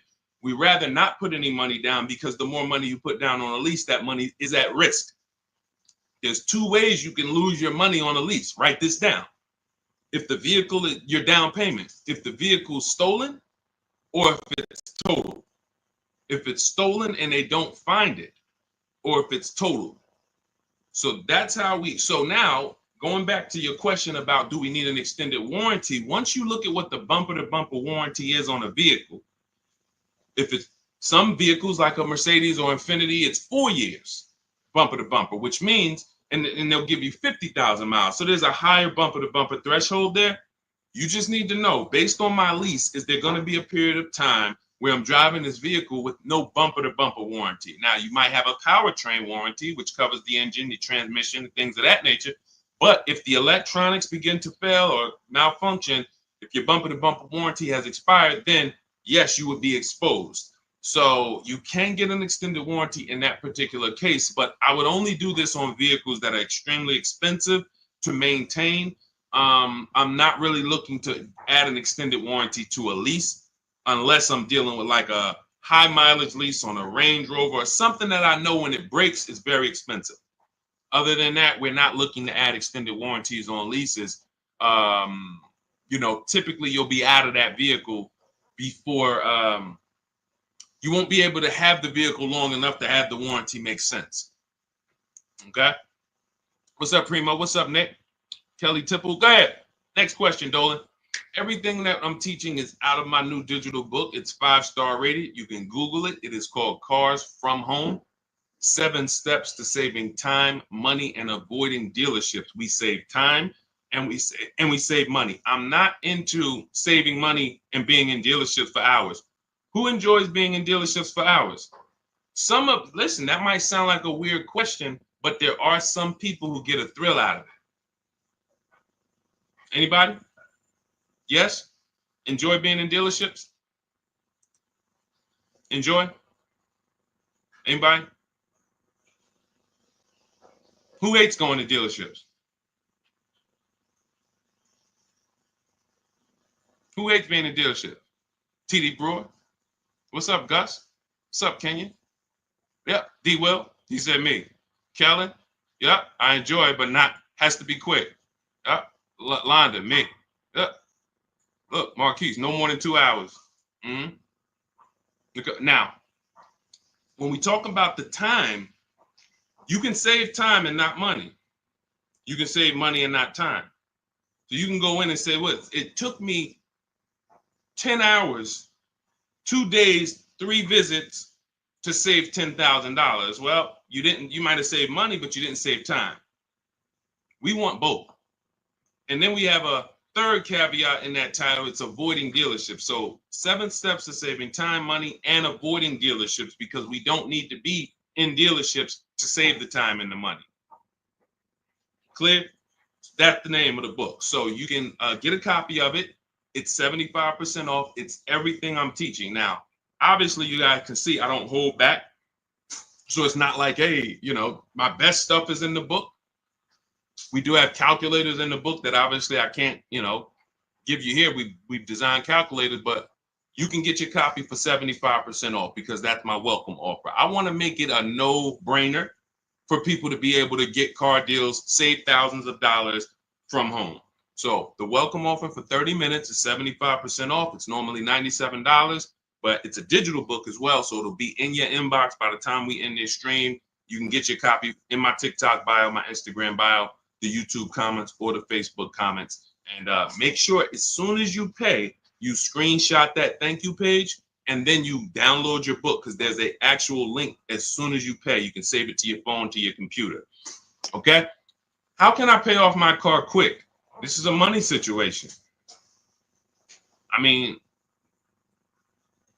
that's a question for Google. You can actually, some people say there's ways that you can make your payment twice a month or on certain day of the month, or I think the whole thing about the way most loans are structured, that whole tell them to apply it towards principal, I don't know if that's still accurate or not, but this is a money situation. So if your payment is $350 a month for 6 years, if you don't pay more than $360 a month for 6 years, then the car is going to take 6 years to pay off. If you have additional money and you want to throw it at the car to pay it off quicker, then have at it. I don't know if there's anything else that I could add to that. Go ahead, Dolan. Let's go. Marilyn Birdman, good to see you. Shout out to the TikTok crew checking in. All right. Do leasing numbers work when we're driving more miles, though? Sure. First person I ever saw had a high mileage lease when I was a manager at Hyundai for 6 weeks. He returned his Sonata. It had 72,000 miles on it. It was a 3-year lease. And when I saw it, I said to myself, I couldn't believe he had leased it. And he explained to me that that's all he did. He was in sales and he was always leasing because he was tired of the negative equity. Negative equity is when you owe more on your car than it's worth. And some of you, every single transaction you do, you have negative equity. You don't realize that the cause is you don't lease. Unfortunately, you're losing money, thousands of dollars, because your cars are depreciating, and then you go and trade them and you take the loss. That's not supposed to happen. See, the things that are normal that you think are normal, I'm here to tell you they're not normal. And there's people, thousands of people that, thank God, they are learned, because they've been hitting you guys with bad information about leasing since the beginning of time. Now, don't get me wrong, leases at some point, at one point, there were bad leases, and they were bad lease structures. You had balloon payments that people didn't know. There were different types of leases, open-ended leases, closed-end leases. Now the leases are set up where it is the best thing in the world if you're not keeping cars 8 years. And if anyone's not keeping cars 8 years and you're not leasing, you are losing thousands of dollars. Facts. I can prove it. I bet if anybody took me on their show and just gave me a whiteboard or a chalkboard and said, hey, can you prove in 10 minutes or less that anyone who's not leasing, but they're not keeping their cars 8 years, they're losing thousands of dollars? I said, man, I don't even need 10 minutes. Give me 6. Because all I'm going to show you simply is the fact that someone like Ansley, who gets a 1% lease, he's paying $554 a month for a $58,000 car. Now, some of you know, let me ask a question to the community. Shout out to the new people. I know we got some first-time people on here, but this is a question for the people. I want to see, maybe we don't know. If we got some people on here that know this, how much is every $100? I gave it away. So every $5,000 that when you're looking at a car, every $5,000 in that vehicle, loan-wise, you're going to pay $100 a month. So looking at this car right here, which is $58,490. Roundabout, that's going to cost us about $1,100 to $1,200 a month. Even before taxes, we ain't put tax on there, but let's just assume, just looking at that $58,000 number on a 5-year loan. 5-year loan, that would cost us about $1,200 a month. So if that number would cost us $1,200 a month, and Ansley's paying $554 a month, how long does you see what I'm saying? I'm literally putting the let me put this image down. As soon as I put those two up, I'm just gonna put the actual chalk down and walk away from the board and let people look at that and let them soak that in. 2 people, both got Infinity trucks. One leases it for $554, no money down. Another person gets the identical truck and leaves the dealership paying $1,100-$1,200 a month. Sit that right there for you guys. And I will let them look at that and say, wow, okay, come up with their questions, because their programming is going to make them say, well, but he's leasing it. And okay, so now let's address the follow-up things. If this person is leasing and paying half of what this person is paying every month, then what stage does the person who bought start to win? And in which case we'd add up those payments, we'd see, and it comes out to 8 years. Because once you put those payments up, it's going to take you so long to catch up with me if I'm paying $554 and you're paying $1,100. That's it. The first thing that should get you with leasing is, wait, I could drive this car for this payment? That's the first thing. There's more to this than that. There's more to this than that. But the first thing that should attract a person, make their ears peak up, is I'm driving that same car and you're spending $300, $400, $500 a month less than me. Welcome, Marilyn Birdman. I see you. Welcome. I see the new follow. Thank you. That should be the first question that comes in your mind is, wait, something's off. So now let me get my questions answered, because if you're driving a vehicle for $300, $400, $500, $600 a month less than me, and I got the same vehicle, now I have questions.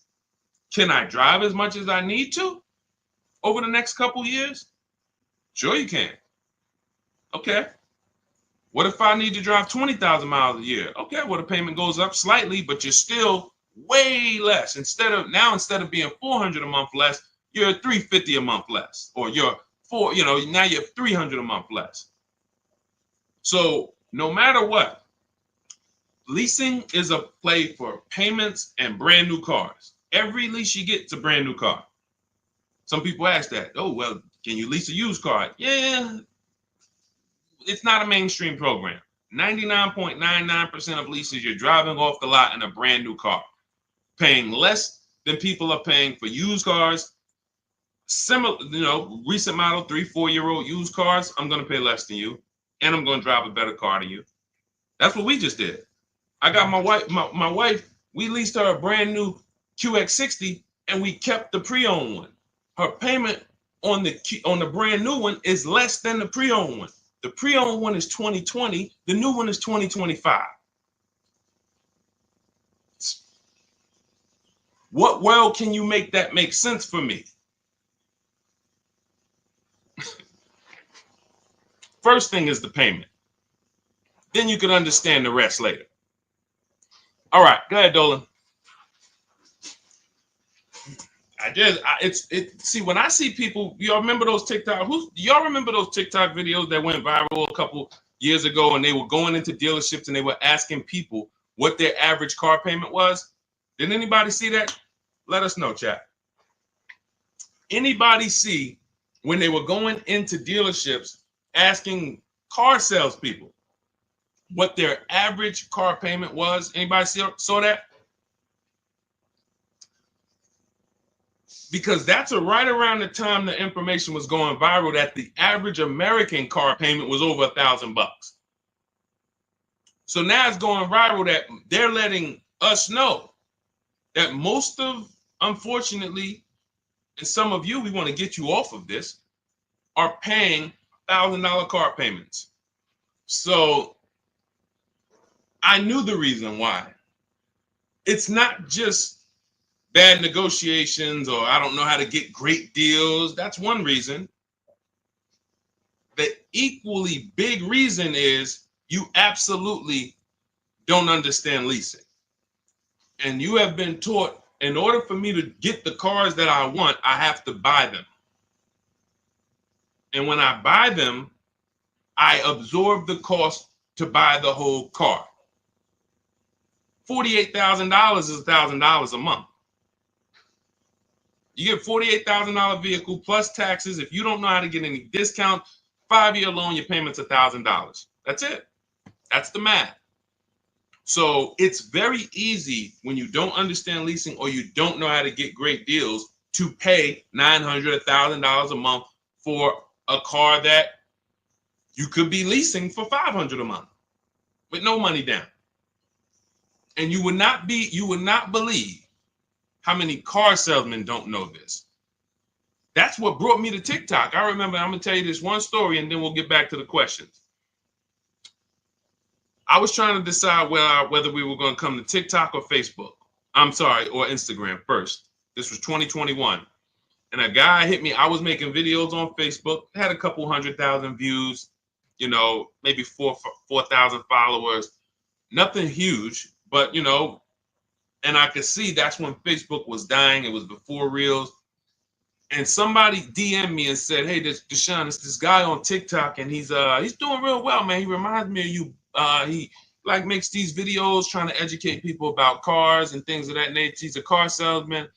I said, "Okay, let me check him out." So I check him out. He's an older guy, and I said, "I like this. God bless. We need more people like this. We need more people who are gonna advocate from the inside to help consumers, you know, realize that y'all are getting scammed." And you need financial literacy, and you need to know how to avoid these huge mistakes. But then I watched about 10 videos, and I was loving this guy. But then somebody asked him a question, and they said, "Hey, could you tell us about leasing?" And so he said, "Nah, you don't want to lease your cars. They limit you on mileage. You know, you're going to get a ton of fees when you drop it off in 3 years. Just buy your cars." God bless. That was my decision right there made. I said, I'll be on TikTok tomorrow. Because I said, if this guy has 160,000 followers and this is what he's teaching people, oh no, Lord, we got to get here. And began to teach, and we have balanced toward leasing and purchasing for the last 3 years. And so this is what's out here. That's a car salesman. That's a guy who's in the business every day who has no idea about leasing. So if the people who are supposed to be helping you make great financial decisions aren't trained, you better be trained. Pay attention to what I just said. If the people who you're trusting with 50, 80, $30,000 of your money, you're trusting them to help you make a great financial decision, and you don't know if they're trained, and many of them are not, you better be trained. You better be trained. And that's all we do here. You use what we teach, you'll be mistake proof. You can't fail unless you just go rogue and say, I'm just gonna go back to go into the dealership. All right, God bless you. Go back to the same results. All right, Ruth Thornton, can your plans be used for less expensive cars, say a Compass? 100%. You can see right here, India got her $365 a month lease on her Hyundai Sonata Limited. On her Hyundai Elantra Limited. This was a vehicle, she originally was looking at a Toyota Corolla. She didn't like the lease program. See, what you got to understand about shopping for leases is you can't control the lease program. It is so easy to save money on new car purchases. Used cars, simple. Because there's nothing but find the dealer with the best deal. That's simple. We use the internet. So like I said, if you can't use the internet, if you're not comfortable with a computer, then I'm sorry, this isn't for you. But if you can use the internet, then you can put that back up, Dolan. If you can use the internet, then you can continue to get the deals we get, but when it comes to, hold on one second. You can throw that question back up, Dolan. Let's just keep that on the screen. So, but when it comes to lease programs, you need, there's something we can't control, which is, what is the rate, the money factor, the residual? If it's bad, it's going to lead to a bad lease deal. It doesn't matter. We shop. This is my recommendation. You don't have to listen to it. You're an adult. We don't make a decision before we see 5 offers on a lease, because you never know where the bottom of the market is on a car. So we want to see 5 offers when we buy a new car, when we see a lease. So we do it from home. If you want to do it your way, you don't have my book, you can call around, talk to sales managers, try to get 5 offers, because what you're going to see is they're going to be totally different. People are going to take off different amounts. But when it comes to the lease program, you saw that India, she was shopping for a Toyota Corolla and she got all her offers, and she identified it was a bad lease program. That means all the offers are break the 1.5% rule. It's not a dealer's fault. So we're not going to get too complex, but you got to understand, with a lease, it's not like a purchase. There's a bank that we use, and if the bank has a bad deal, it'll almost be like that. It's not like interest. It's a bad lease program. So she ended up going to a Hyundai Elantra Limited. So that's the one with the nice features, $28,000 vehicle. She gets it for $365 a month, sign and drive. So it doesn't matter. Jeep Compass is right around, maybe I think it's a little more expensive than that. I think it's 32, 33. We've used this for everything. We've had people get Rogues, we have people get CRVs, we have people get, BMWs, Jeep Grand Cherokees. Raphael got her Jeep Grand Cherokee, $549 a month, 54,000. We've had Kimberly get her Maserati. She saved $20,000 off of it. You can see right here. Look, she got her Maserati. This was literally, it took off $20,700 for her, brand new. So it's for everything. Somebody asked earlier in the show, is this for like, exotic cars? Can we use this for like exclusive cars? For sure. Bentleys, doesn't matter. Doesn't matter. Competitive shopping is what you look. Don't overthink this. It's competitive shopping. That's all it is. We just have a formal system for competitive shopping. That's what it is. We have what we believe is the best system in the world until someone can show us that they've gotten more results for the public. We have the best system in the world for getting multiple offers and creating competition in the car market that benefits us. So you could throw any car in there, system is going to work. So everything that we teach is out of my new book. If you guys are like, Deshone, this is a lot. Can you give me the step by step? Can you give me the playbook to where I can look at this and kind of go through my checklist? My book is written as a checklist. It's a digital book, and you can. It's called Cars from Home: 7 Steps to Saving Time, Money, and Avoiding Dealerships.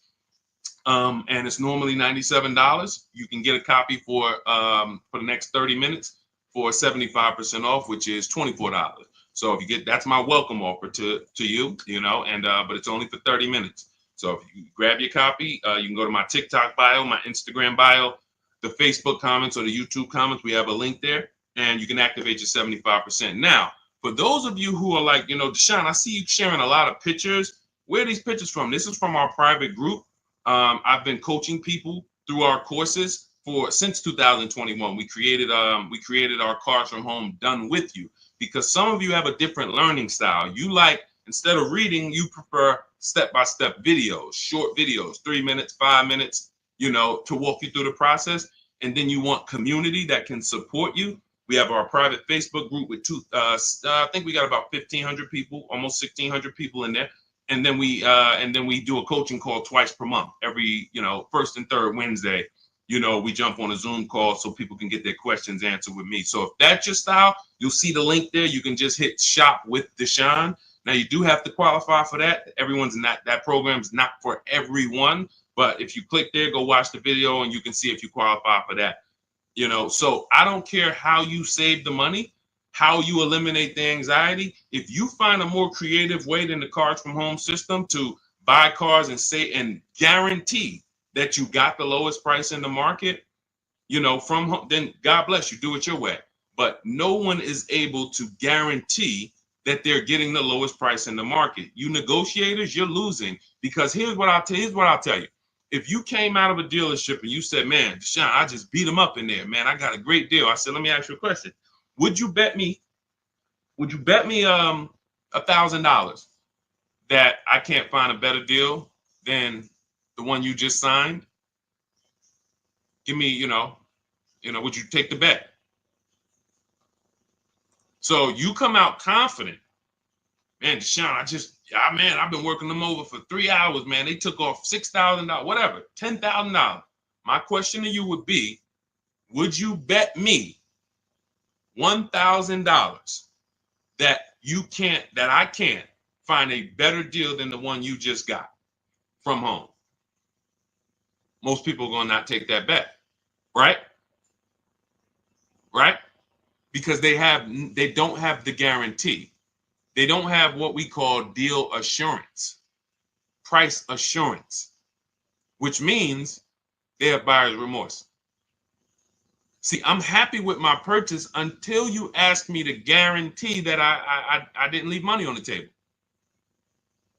But watch this. What you're going to be doing different is you're going to be so confident in the way dealers are bidding. When my dad picked up his Palisade yesterday, when we got this Infiniti a couple weeks ago, We guarantee you. I come at that dealership with my new vehicle, and you can say, hey, bet me some money. Would you bet me $1,000 I can't find a better deal than this? And I would say, can I bet two?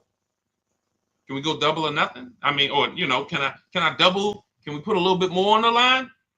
That's how confident you're going to be when you actually start to use a competitive system where you can look at several offers from home. Another thing our system does is make you see that, okay, 4 out of 5 dealers are overpriced. See, you hear people say, oh man, I went to Nissan, they're overpriced. Nissan want too much money for the Altima. No, you went to one Nissan independently owned franchise and you got a price from them. You didn't go to Nissan. You're not dealing with corporate. You went to one franchise. That's like going to one McDonald's and you had a bad experience. And McDonald's is not good. They don't treat us good. No, that one McDonald's on Main Street in this city, you didn't have a good experience with. Every single dealer is different. Some of them owned by the same people, but they still compete. So what you are going to do now with the Cars from Home system, whether it's the book or whether it's, listen, and look, you do it your way. But if you don't start to create competition, you'll never get rid of your buyer's remorse. You're never going to have price assurance and confidence that you didn't get scammed, that you didn't overpay, that you didn't get enough money for your trade-in, that you didn't, we didn't get the question yet today, but hey, is this a good interest rate, Deshone? Like, all of this stuff is buyer's remorse questions. When I drive my car off the lot, that's why people don't talk about the price they pay when they leave. Once we drive our car off the lot, I never want to have buyer's remorse concerning price, and I'm never going to have it. But if I was to ask you about the price on your car, hey, can I see, I run into people. I was just at the dealership yesterday. I was coming outside and the young lady was out there. She said, oh, hey, I follow you on TikTok. I said, hey, God bless you. I said, you picking up something here? She said, yeah, I'm getting this used car, but then they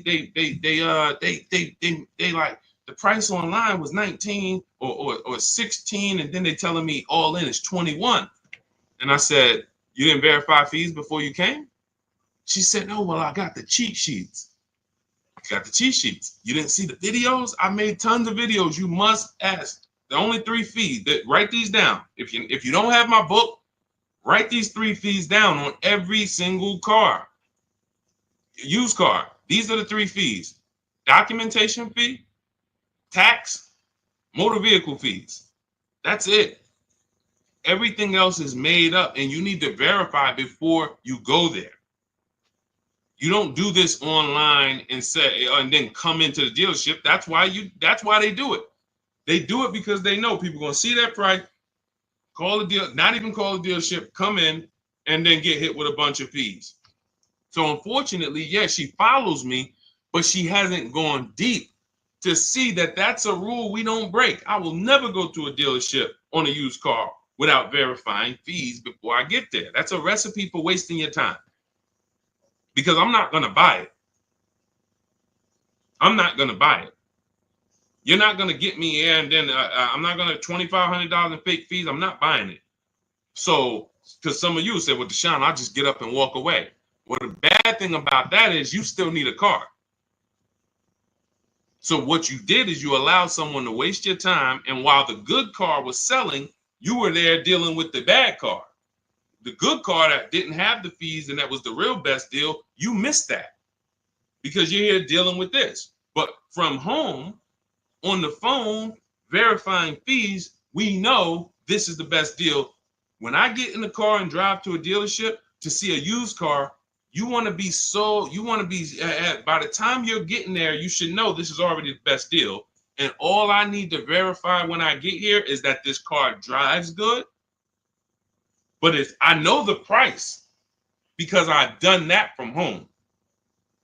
In my book, we teach a system called the multiple marketplace system.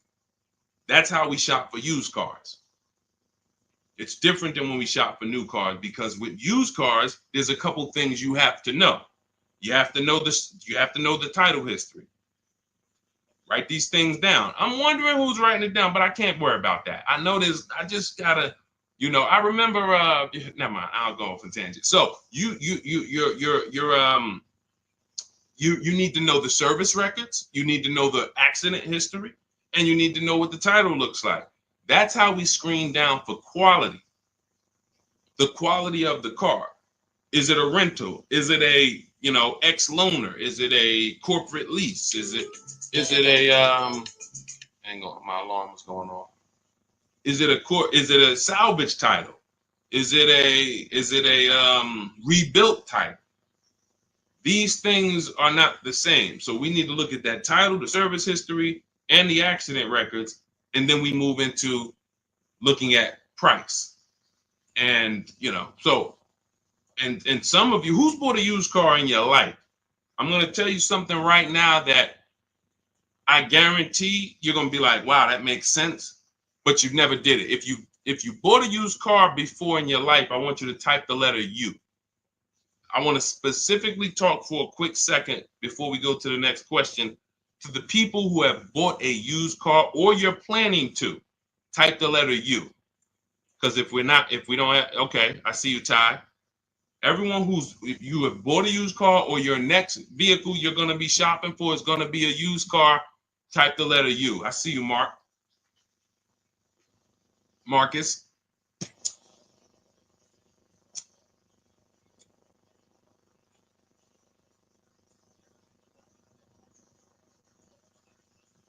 Okay, just a couple people. When you look at a used car, the most important thing to determining if you're overpaying is to know the original price. I'm going to tell you what I'm going to tell you what I did with my used Infiniti that we got a couple years ago, and you'll see why this makes sense. When I was narrowing my search, I told you how we narrow the search. We narrow it from accidents, service records, title history, but then we narrow it down. You put your mileage in there. Narrowed it down to 4, and I was looking at 4 white Infinitis.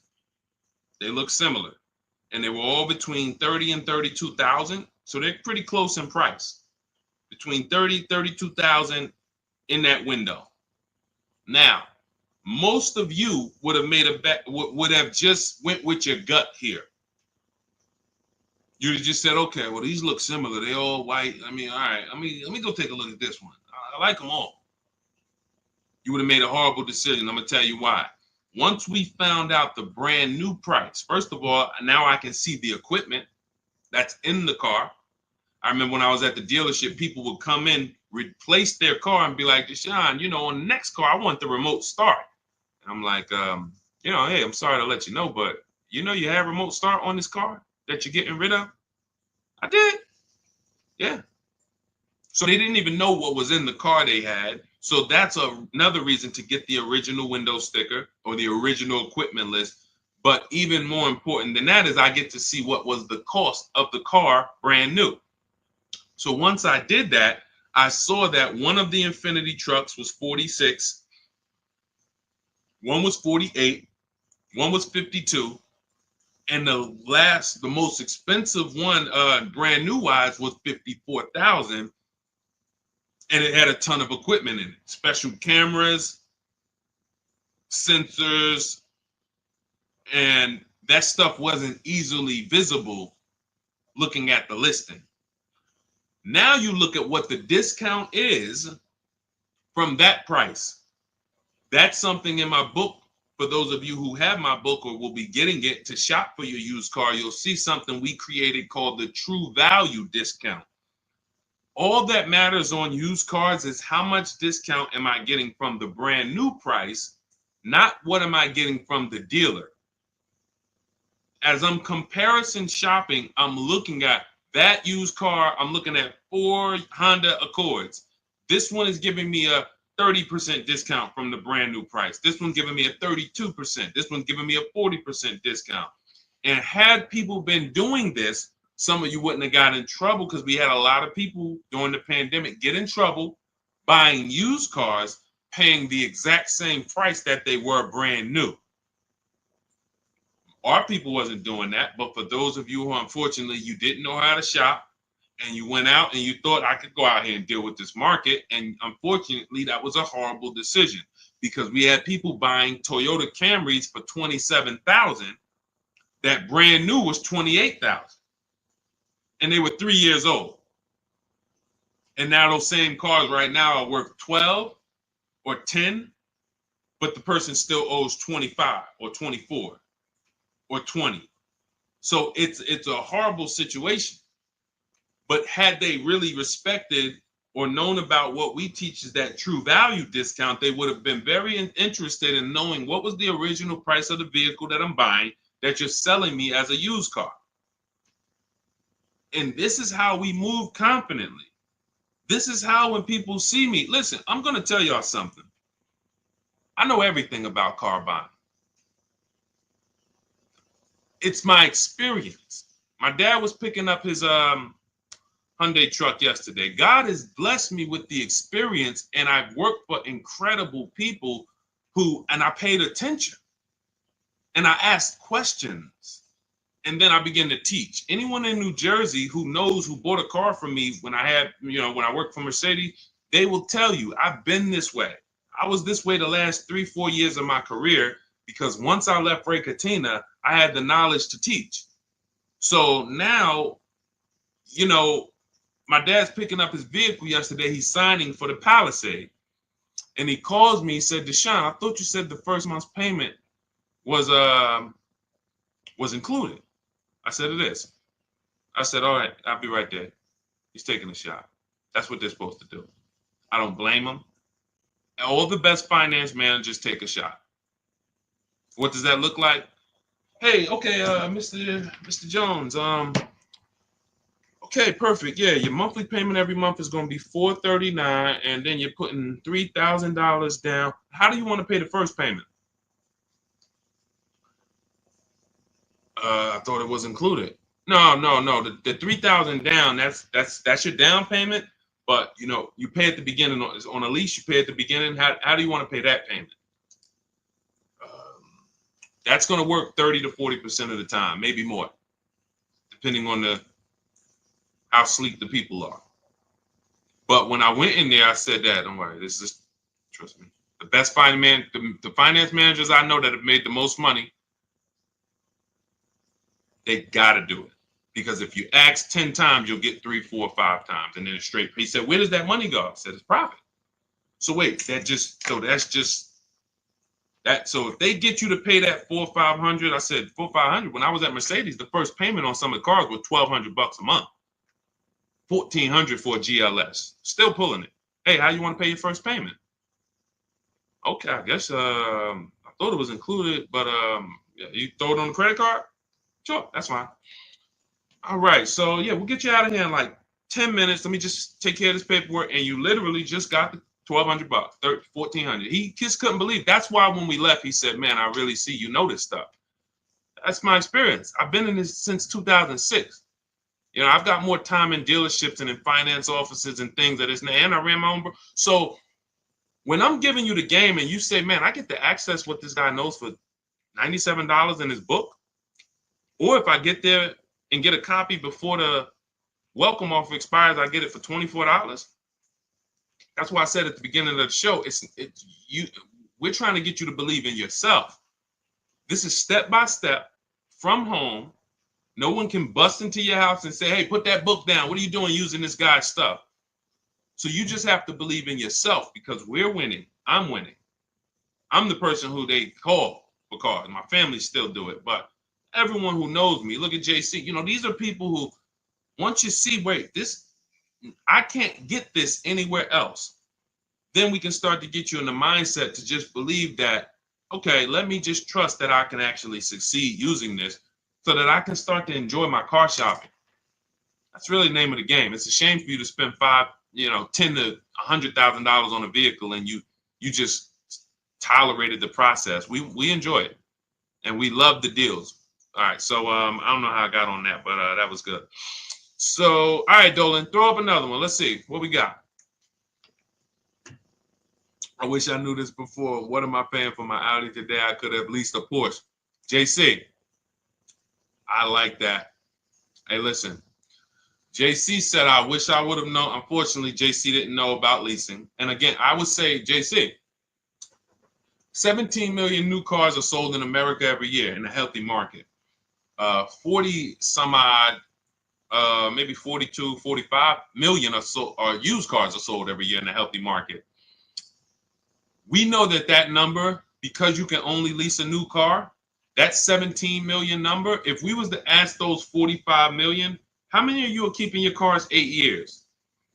I would say on the low side,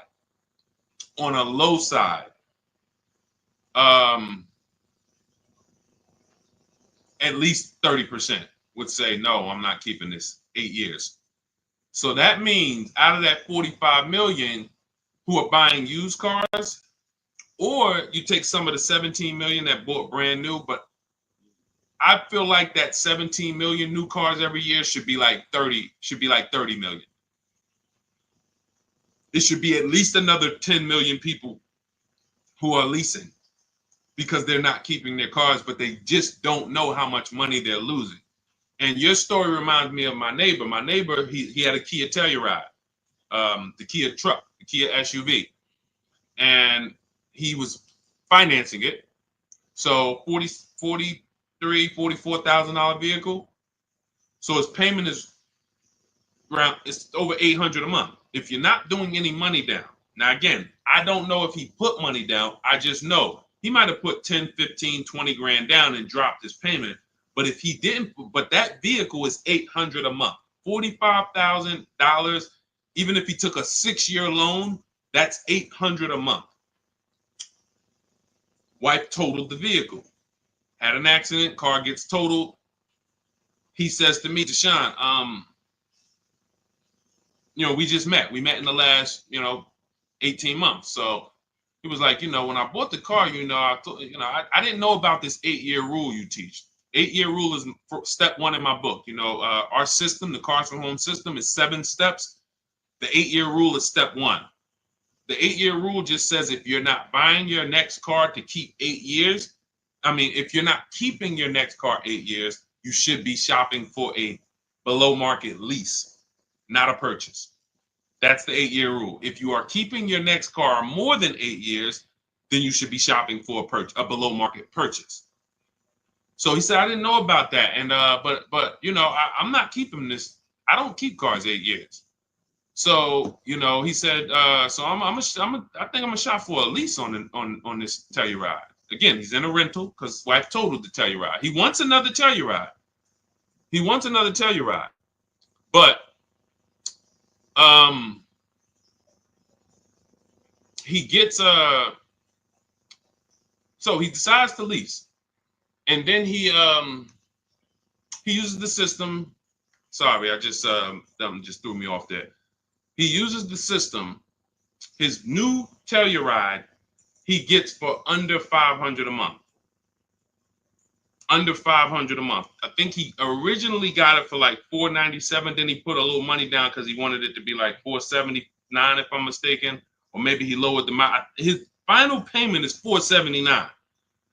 He did not listen. You don't have to convince his wife or him anymore about leasing. When you were just driving a vehicle that you weren't going to keep anyway, that when you went to trade it in, you would have had little to no equity, maybe even negative equity. So you're going to pay all that money, $800 a month, go to trade that vehicle in 3 years, break even. So you didn't get anything back from all those thousands you put into that depreciating asset. Now, I'm in the same vehicle. In fact, I'm in a 2025 and I'm paying $479. That's what we said 30 minutes ago. Leasing is the first thing that should make, like you just saw JC. That's why we had JC's comment up, because this story is about him.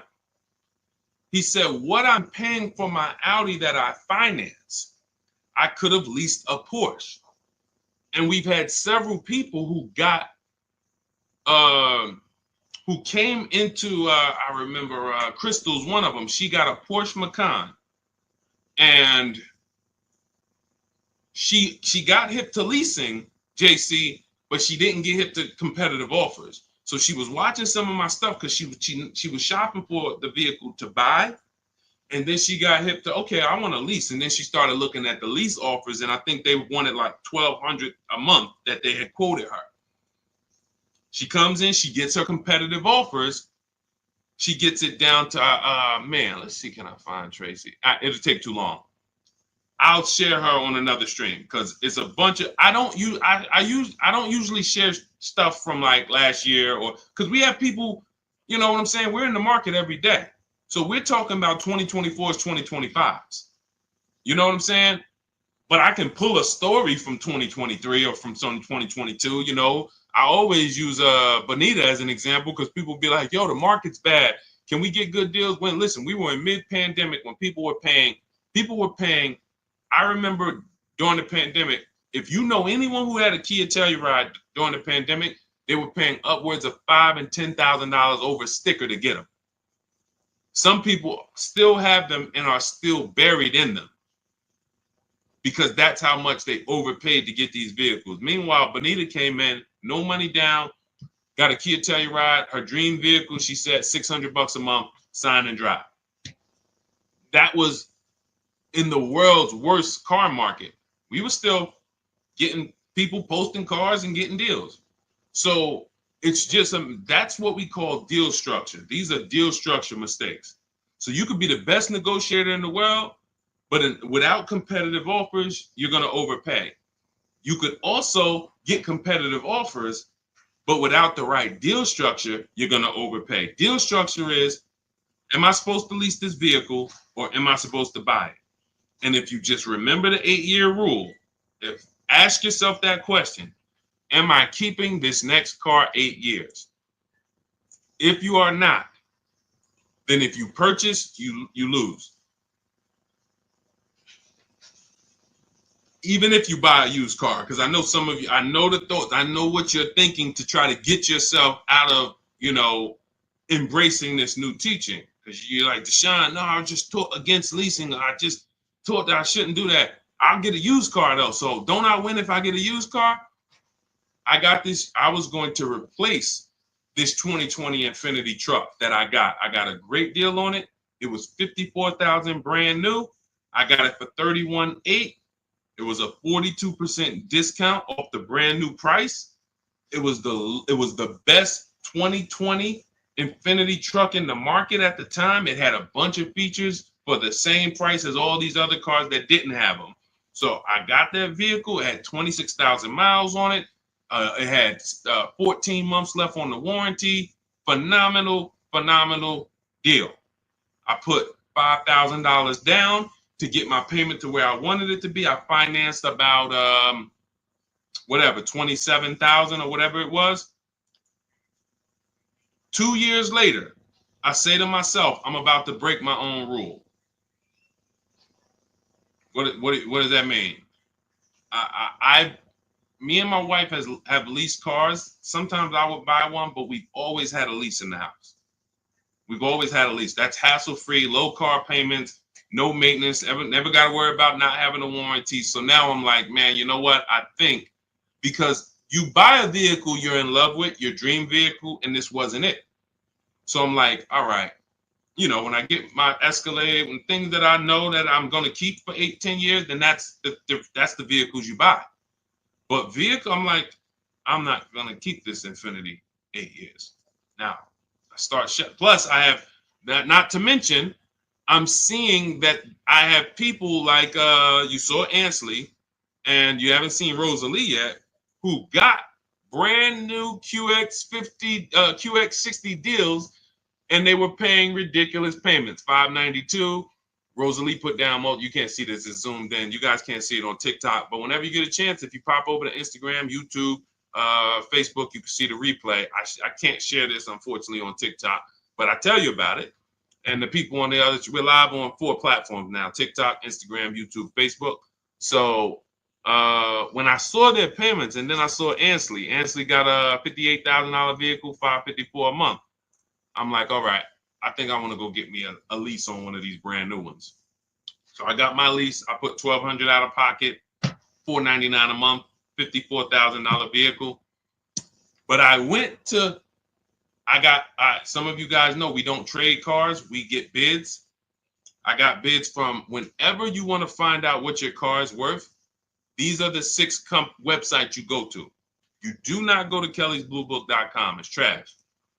CarMax, Driveway, Carvana, KBB Instant Cash Offer. You want cash offers.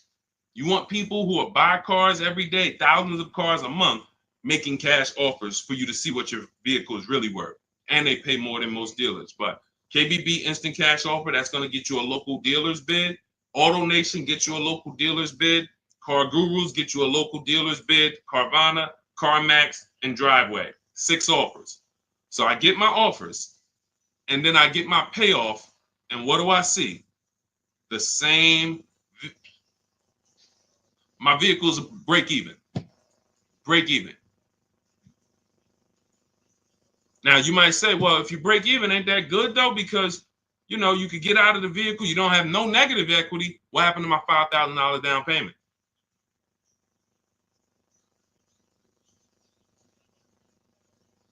So I'm watching people who I'm teaching who are out there shopping the market, pulling up in their brand new vehicles, and I'm like, now this is the same vehicle that I have a 3-year-old version of, and I'm like, wow, we have the same car payment or similar car payment. So some of you who think you're gonna get I buy used cars. That was the whole purpose of why I went here. Deshone, I buy used cars though. Well, you didn't get a great if anything, I got as great a used car deal as you would get. It's not better considering what I saved off of it. I put $5,000 down, 6-year loan, because I plan on keeping the car. 2 years later, we look up, $5,000 down payment's gone. You can get out of it, but you not only did and that's the deal.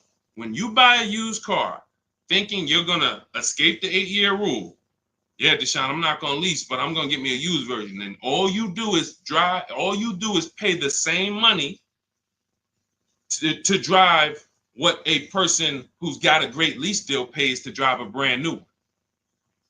And yours is gonna have issues because you're not gonna have a warranty.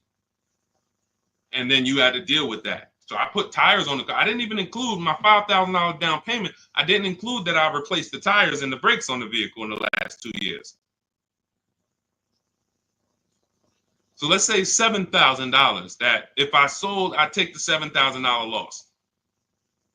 So I'm not exempt from any of this. None of you are. So I'm using this to tell you the 8-year rule is what you need to be looking at, leasing versus buying. And you need to understand that if you make these decisions wrong, you got your deal on the wrong footprint, wrong foundation, there's no way for you to get a great deal. You must ask yourself that. It's a depreciating asset. You've heard that for years. This is the practical application of how to make sure you win with it. So people say it's a depreciating asset. So what do I need to ask myself? How many years am I going to keep it? If somebody was selling you a financial product or a stock or something and they said, hey, bad news, for the first 6 years, this stock is going to go down in value a lot. But after the 6th year, it starts to go up. And by the 10th year, you start to make money. But you got to hold it for at least 10 years. Then if you went into that process and you bought that product and you got out of that in five years, then you lose. It's a depreciating asset. You're getting something that, in the case of a car, it never comes back up. So the only way you win with cars is with long-term ownership. 8 to 10 years, that's when you win. And there's no one who can convince me otherwise. This is a numbers thing. See, what we do here is we talk numbers. All the people who given you this horrible financial advice, they never speak numbers. They rant. Oh, leasing is renting. Oh, leasing is borrowing. Leasing is for people who like debt. Oh, borrowing cars. These are people who, unfortunately, they're just incorrect. And I'm not in a position where I could be on a panel with them. If I was, it wouldn't take me long to make light work of them because they don't talk numbers. So we can't have a financial conversation about somebody who doesn't understand numbers with the subject matter that they're speaking about.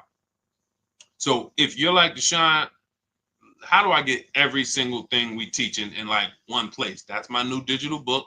It's called Cars from Home, 7 Steps to Saving Time, Money, and Avoiding Dealerships. It's normally $97. It's 5-star rated. You can Google it.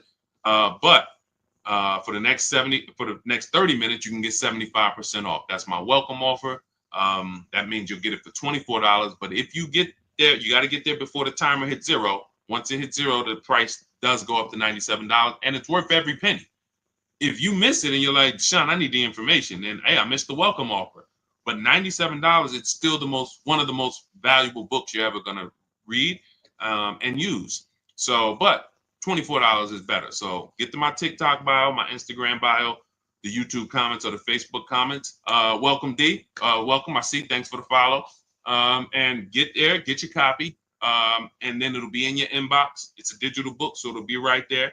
And just follow it step by step. Don't jump ahead. Stay on your path. There's paths in there for everybody. People with bad credit, people who don't know how to negotiate, people who you need to stop negotiating because you can't negotiate your way to a below market deal. You can only get bids.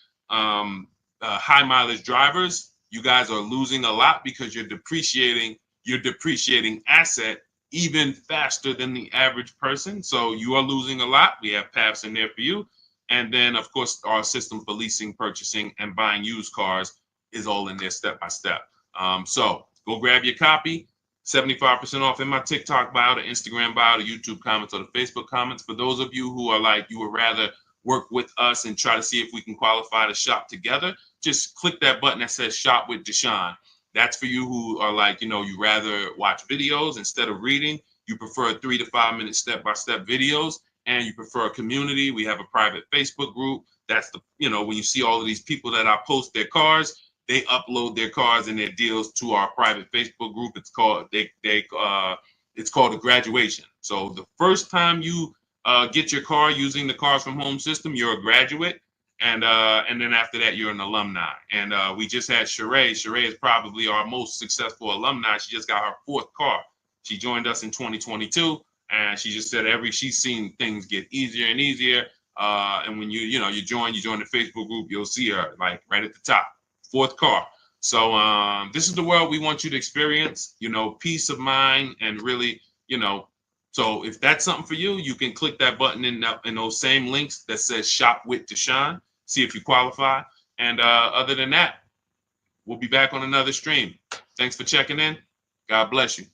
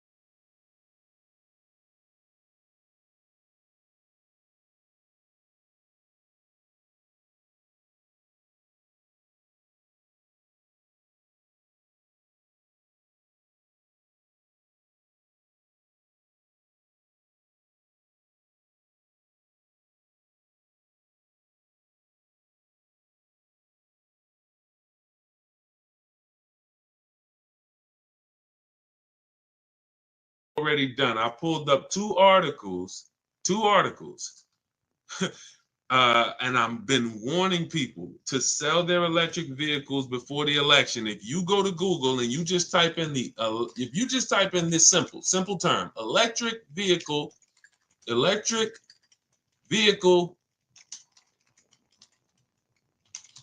market Trump, just type that in, see what happens.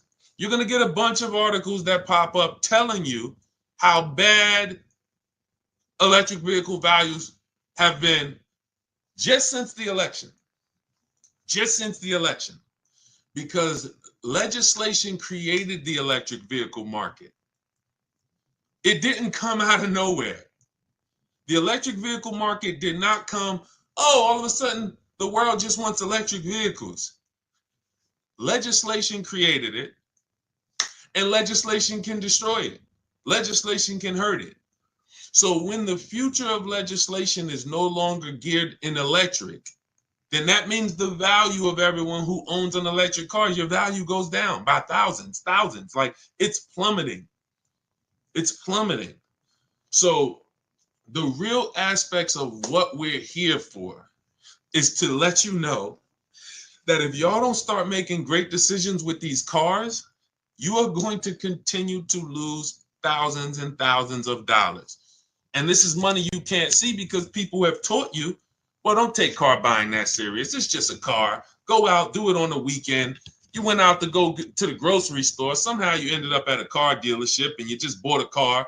When you treat car buying like you bought a TV, you can't win. You're going to continue to get average deals below above market deals. You're going to continue to lose thousands of dollars. So shout out to the people who tap in. Shout out to the people who are locked in. Old Souza, anyone who has an electric vehicle, you should be assessing the value now, unless you plan to keep. Now, I told y'all in this video, Tesla was going to win.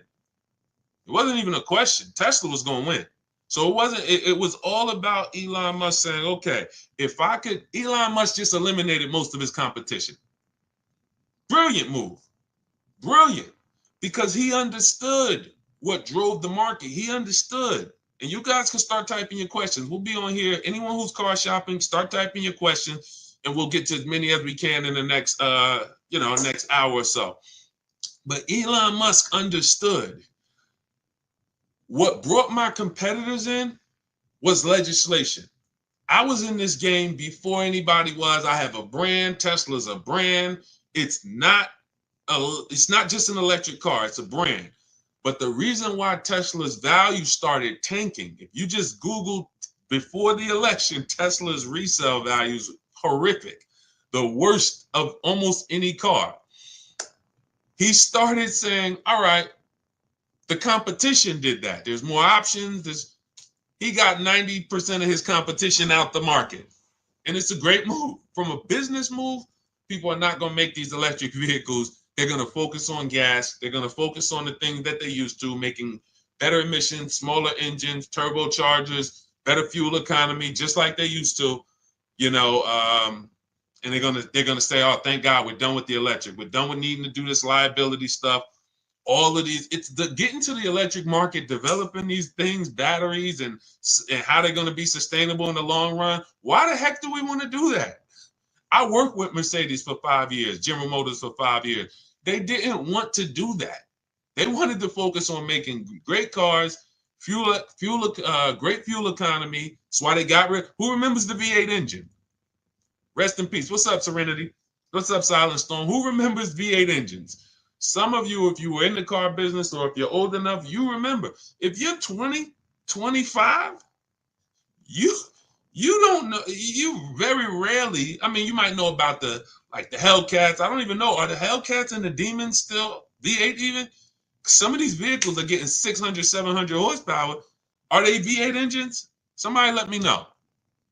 Somebody let me know. If you know somebody who has a Hellcat or a Demon, or because I know the AMGs, when we worked for Mercedes, the AMGs, which were always 5-liter and up V8 engines, you start seeing AMGs that were twin turbo V6. Why? Because they wanted to make cleaner, better vehicles for the environment, better fuel economy. That was their focus. The electric thing, they hated it. They hated it. It's expensive. The research is expensive. The liability is huge. We could burn somebody up with our car, start a fire. Why the heck we want to do this? And that's why they're going to be out the game. From this day forward, you're going to see less and less vehicles, and they're about to lose a ton of money because all the vehicles, look at the articles. Just look at the articles. All the vehicles that they're sitting on are almost worthless. Look, and Trump already said, forget about these electric incentives. they're going to sit on lose tons of money on all this inventory. And they're going to look back and say, dang, that electric vehicle wave was a nightmare for us. Thank God it's over. Which means what happens to the people who own an electric vehicle? Sucks for you.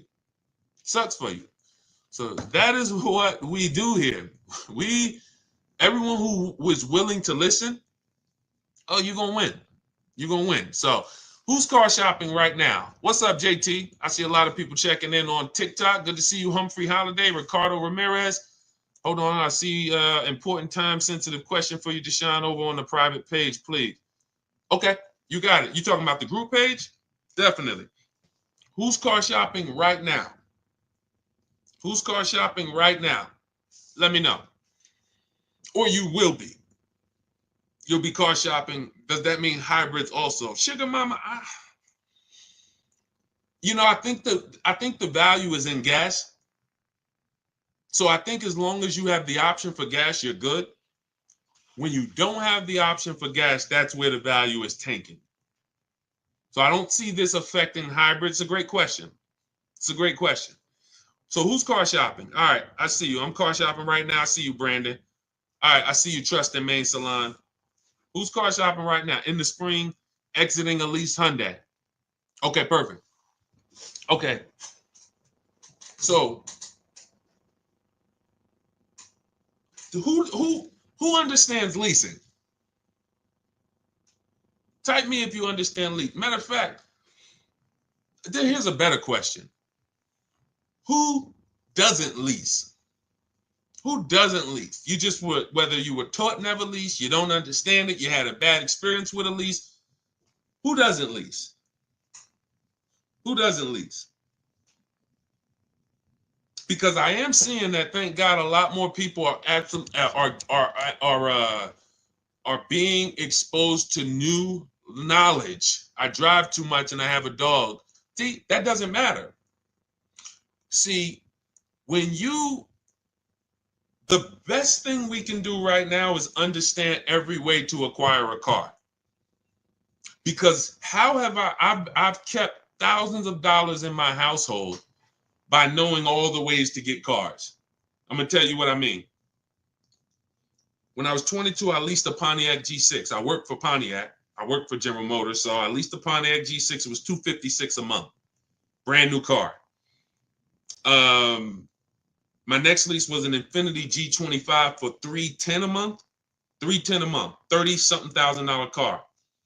My next lease was a Q50 Infiniti, $45,000 car. It was $325 a month. My next lease was I had 3 Q50s in a row. I had one the first year it came out, 2014. Then I had a 2016, and then I had a 2019. 3 Q50s. Payment was $345, $365, and I think my last one was like maybe $390. Never over $400. Why is this so important? I watch my friends drive garbage for $500 per month. And when I say garbage, I mean vehicles that were, let me give you an example. And I don't mean, let me be clear. This is how big of a difference below market leases are, because people don't know how to get them. Somebody was on my page earlier talking about, hey, these lease prices that he talks about getting are not possible. They're not possible for you. I said, bet me $1,000.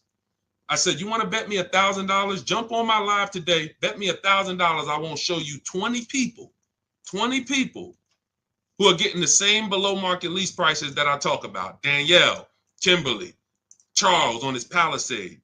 Look, Zafrina on her Jeep Grand Cherokee. Melissa on her Hyundai. Jen. I never heard from them. Why is this so important? Because when you buy a car, you're buying the entire car. You have to pay the entire car, and it's expensive. It's expensive. The reason why, when I watch my friends who had a Toyota, she had a Honda Civic, and she was paying $500 a month because that's what it cost. She didn't get a bad deal. A $23,000 Honda Civic costs $500 a month. That's a norm. That's what it costs. Every $5,000, some of you guys know, is about $100 per month. So she's paying $500 a month. I'm driving a $21,000 Pontiac G6. I'm paying $256. Who understands? Who understands that for any family, paying $256 a month versus $500 a month, it matters. Now, if she was paying $500 a month and she was driving a much more expensive vehicle than me, that's different. We're driving a similar price vehicle, but for some reason, you were taught to buy your cars. Now, there's a place for people who buy cars. We're going to get there.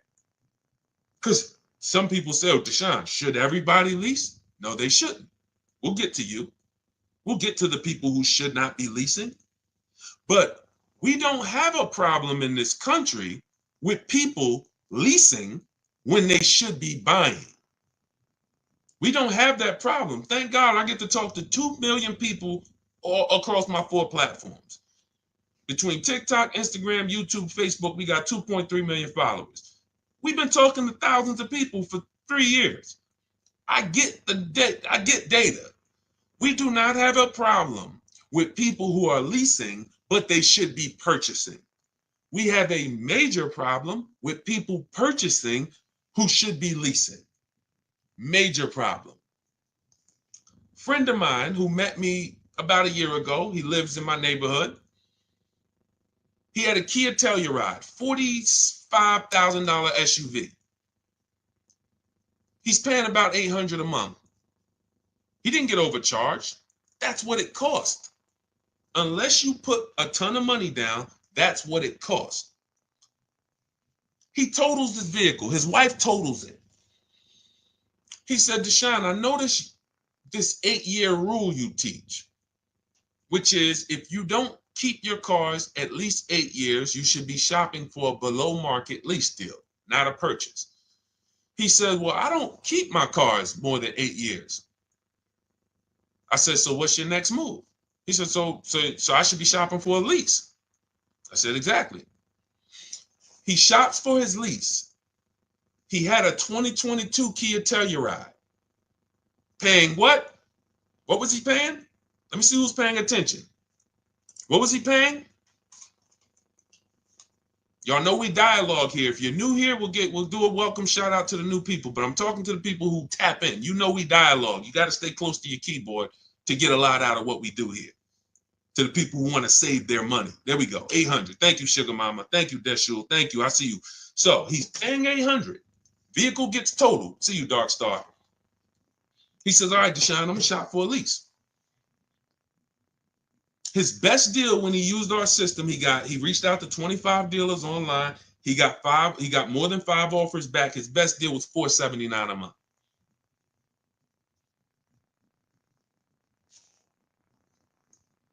Vehicles in his driveway. It's been there since earlier this year when he picked it up. You understand? Do you think he needs any more convincing? He was driving a 2022, paying $800 a month. Fortunately for him, his vehicle gets totaled. Thank God his wife isn't hurt. Why do I say fortunately? Because he would have been stuck in a 5-year contract paying $800 a month for another 3 years. But now he's paying $479 a month, and he gets to keep $300 per month in his household. He didn't downgrade. He changed his structure. Who should be purchasing that? Long-term people. 8-year plus. Because when somebody's paying $300 a month less than you for the same car, it takes you a very long time to catch up to them. You got to pay off your car, keep it, because one thing about a lease is you're always going to have a payment. So you're always going to have a payment. So eventually the person who keeps their car a long time, 8+ years, they're going to catch up. Sugar Mama, after the lease, you lease again. See, that's the thing. After I leased the Infinity for 3 years, I went and I got another one. And then I went and I got another one. And see, A long-term person is not switching their cars 8, 10 years. Who has a car outside they've had for at least 8 years? Type me in the comments. If you have a car in your driveway right now, you've had it for at least 8 years, minimum. Type the number of years you've had it. Type the number of years you've had it. Now we're starting to see what we're going deep on the first start of this stream is the foundation of how to get cars. And if you are buying when you should be, type how many years you've had the car. Okay, I see you've had it for 8 years. I see you, I can't see your name, it just says user. If you have a car, because the best thing you could understand before we go out to get great deals is, should I be leasing? Has nothing to do with miles. We're going to get there. Nothing to do with how much you drive. Has everything to do with how long you keep the car. Yep, we'll get there, David. Yep, 30,000 miles a year, no problem. It has everything to do with how long you keep the car.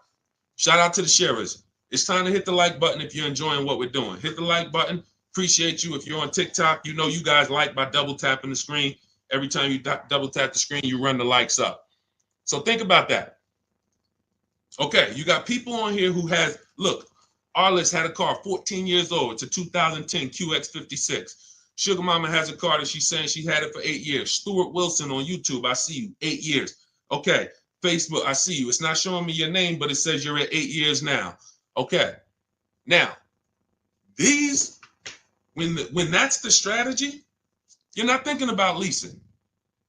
If that's your strategy, all you should be thinking about is, I got to make sure I get a below market new car or used car deal. That's it. I got to make sure I pay less, make sure I don't overpay for my loan. If I'm getting a loan, make sure I get the lowest interest rate. That's your deal. You are not thinking about leasing if you are keeping the car long term, because the reason why we lease is to avoid what I call, remember this, who knows what this is? If you've been on our broadcast, every time I bring this up, type one word, what does this represent? I might have a bunch of new people on here, so I'm not going to assume everyone knows what this represents. This right here is a word that begins with a D. Begins with a D. First person to type it in, you got a free copy of my new digital book, Cars from Home, 7 Steps to Saving Time, Money, and Avoiding Dealerships. Who knows? When I break this out, this is what you think. Every time we talk about buying versus leasing, this is what you should be thinking of. Let me go on Instagram because I can't even see the comments on Instagram. Let me see if anybody knows, because I want to give Instagram a fair shake to see if they got it. Hold on. Hold on, I'm coming to you. Okay, hold on, Stuart. Well, hold on. Now, Facebook, it's not showing me your name. Hold on. No, Maurice Johnson, you put depression. You know, that was close. I want to say, I can't say who got it first. I can't say who got it first. Because Facebook user, you typed it in depreciation. It's not showing me your name. Yes. Thank you, thank you, thank you, thank you, thank you. I can't say, maybe I got to look at all the comments. I think it says you Facebook user, but it's not showing me your name. And I think if you message me in our private group, then that means you already have the book. Look, Stuart Wilson said, I got the book, give it to them. So thank you for the people who actually, know that, whether you got my book or whether you've been on the previous live. This is what we're thinking about when we're talking about buying versus leasing. So when you are buying your car, we just gave a shout out to all the people who have a car they have for 8 years, 10 years. This is the value of your vehicle when you buy it.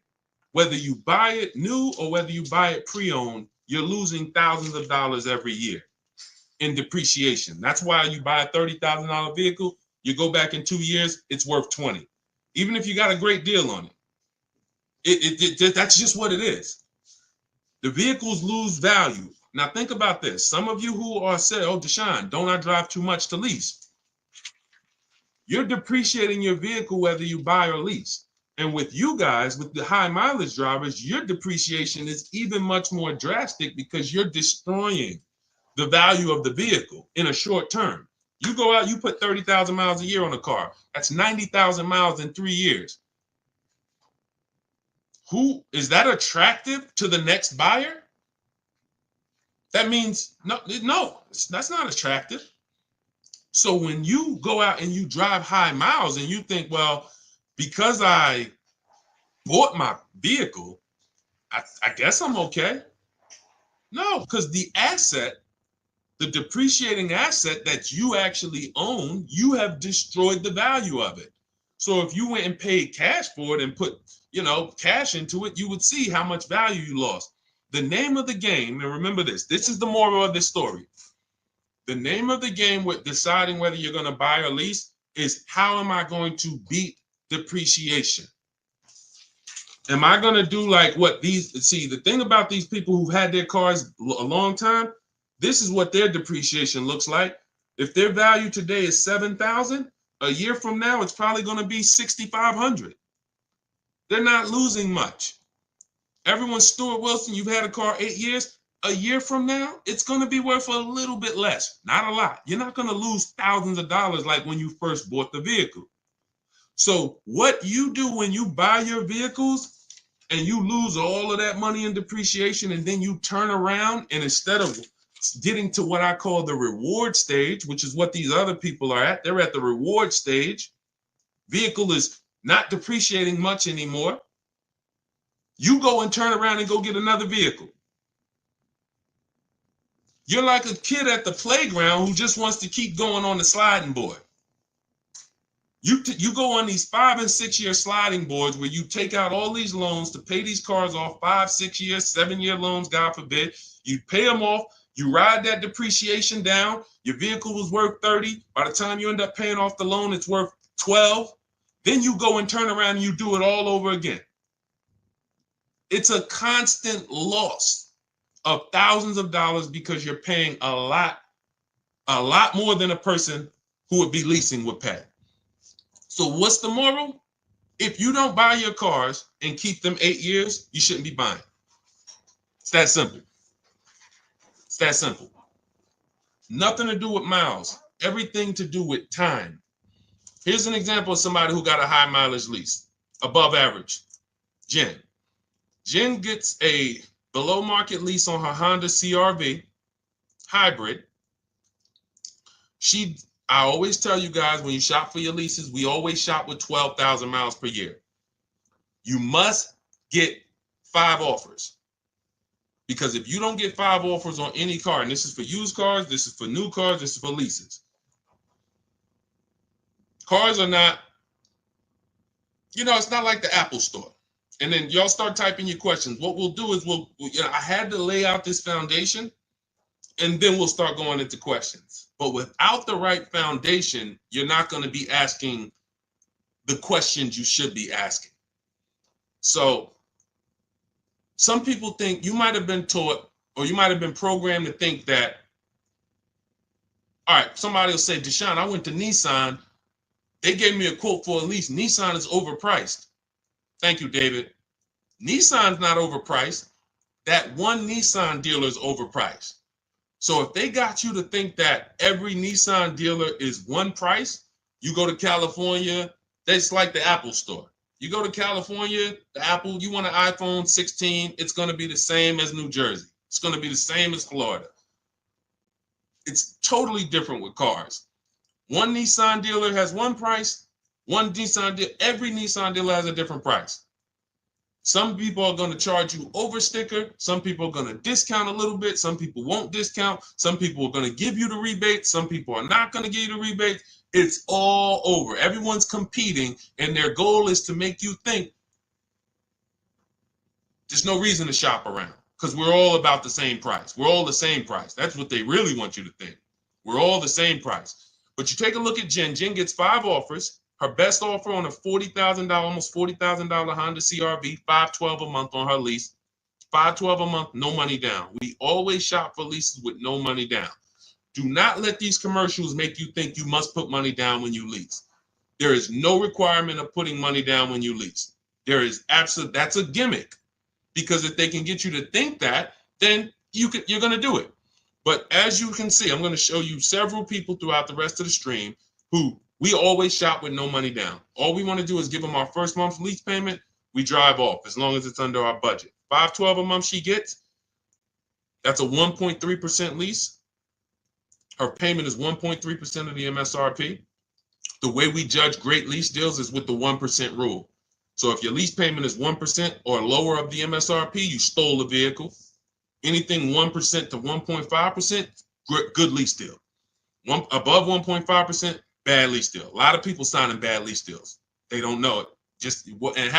How do we know it's a bad lease deal, Deshone? We add up the payments. Just add up the payments. With a lease, the name of the game with a lease is driving the most money. I see you, D Hall. We're gonna get to everybody's questions. I see you. You got a lot of questions coming in: Instagram, TikTok, Facebook, YouTube. Let me just lay this foundation, and then we'll do some serious Q&A. When you look at Jen, she's paying $512 a month. That was her best offer of all the offers she got. We do this from home. And then she bumped it up because she needed 18,000 miles per year. In my book, I have it's like literally a paragraph. It's called Choosing Your Miles Wisely. One of the worst things you can do with a lease is to not get the mileage that you truly need. And a lot of people do that. They'll go in knowing they need 15,000 miles per year, but they get 10. It makes no sense. Why? Because they're saving $25, $30 a month, to go from 12,000 to 18,000 miles a year. Jen is paying $50 more per month. That's it. $512 a month to 18,000 miles. Now let's just say, for the sake of you, David, if she was doing 30,000, she might go from $512 a month up to $675 a month. It's not $300, $400 more per month to get additional miles. So what we do is we shop for our leases, we get our below market offer, because we get all these offers, we choose the lowest one, and then we bump the miles up to what we need. Because you buying your cars as a short-term driver. Now, if you're a long-term driver, David, then you don't need to lease. What does that mean? Deshone, I keep my cars 8 years. Forget about leasing. You drive 30,000 miles per year. Get a below market purchase, new car, used car. There's plenty of cars, 8 times 30, that's 240,000 miles. I'd be getting a car that has a history of, being good on a high mileage, Hondas, Toyotas. There's a couple cars that have long-term records and I just drive that car. When I get to 8 years, 9 years, I'll go swap it out. But if you're not keeping your cars that long, if you get to the 3-year mark, 4-year mark, and you're like, okay, it's time for me to go and put, I know you. I spent 14 years in the car business, 10 years inside dealerships. People coming in, hey, Deshone, I want to get out of this car. Yeah, I drive a lot. Okay, how much do you owe on it? I still owe like 14,000. Well, you got 160,000 miles on it, so the car is worth like 5. You got 10 grand of negative equity. The only way you're going to avoid that is if you put a lot of money down. That's it, because you're prepaying the losses. So it's like every deal you do, you either put 10 grand down, 15 grand down. Yeah, you're not going to have no negative equity, but you ain't getting that money back. That money's gone. The car is drinking it. Like, okay, thank you for that 15,000. You won't get that back. When you lease, you're just paying a little bit every month, and you're keeping that money in your bank account. Depreciation, you're not going to beat it. That's where we're losing. That's where you're losing. Depreciation in the short term with cars is going to destroy you. It's just you can't avoid it. Some people think, oh man, my cars go up in value. I got a car with high resale value. You don't own a rare Porsche or some rare, collector's item car. We had one run, y'all, 2021 to 2023. We had one run where cars had limited supply, and we were able to sell cars for 10, 15,000 more than what they're worth.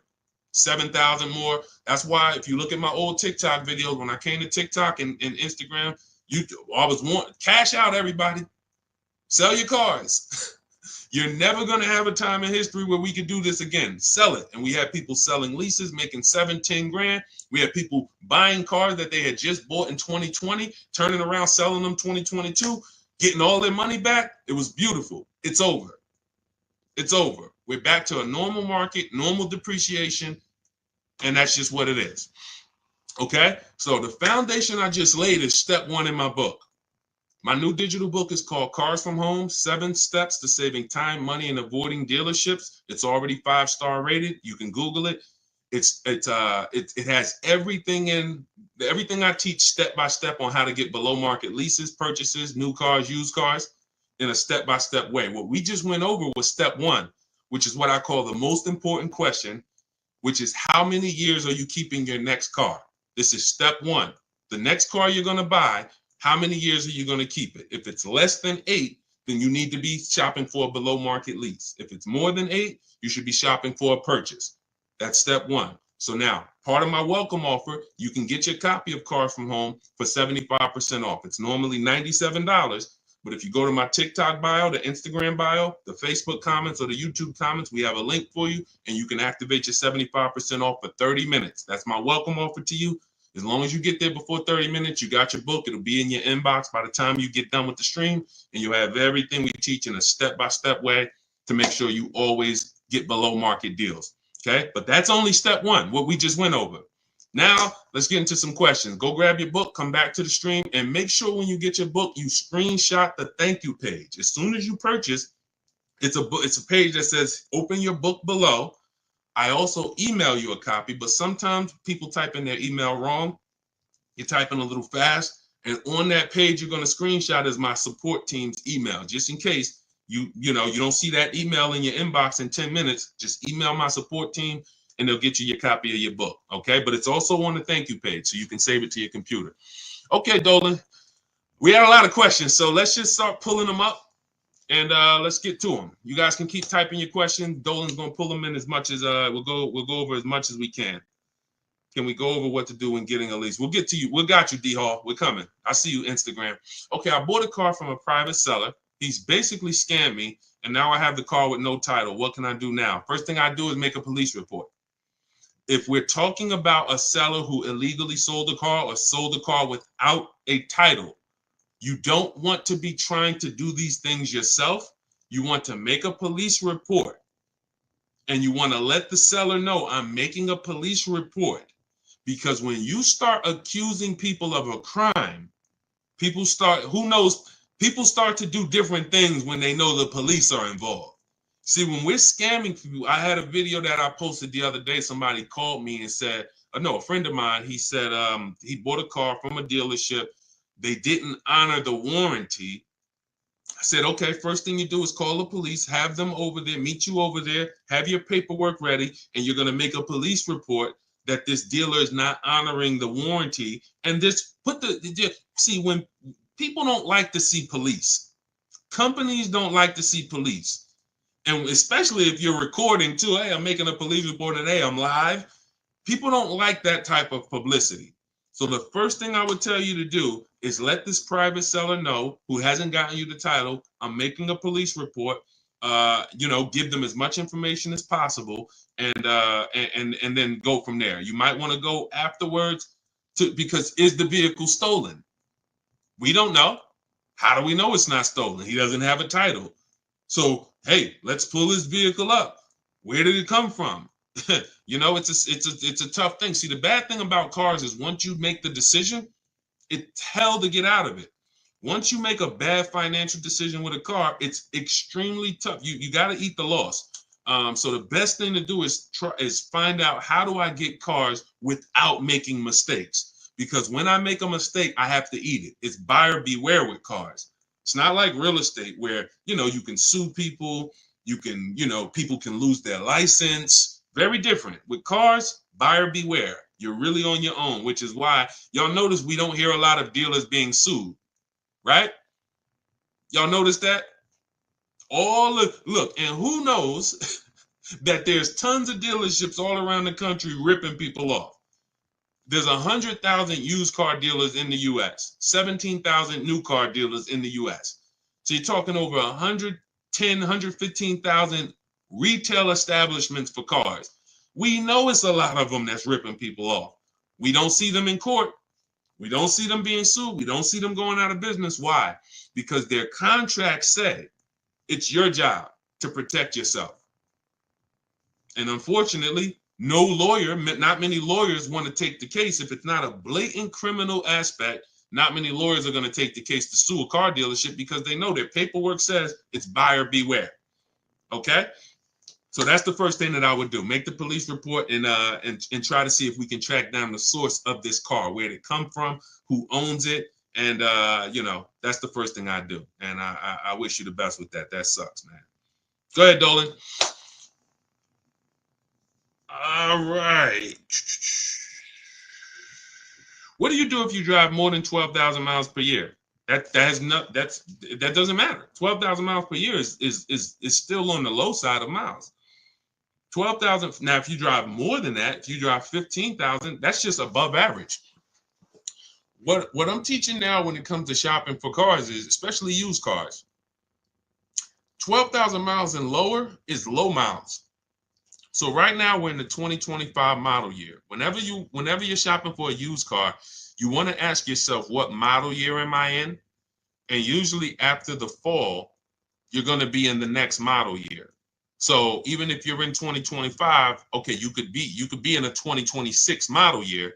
So then we look back and say, okay, if I'm looking for a 3-year-old car, average low miles is 10,000 miles per year or 12.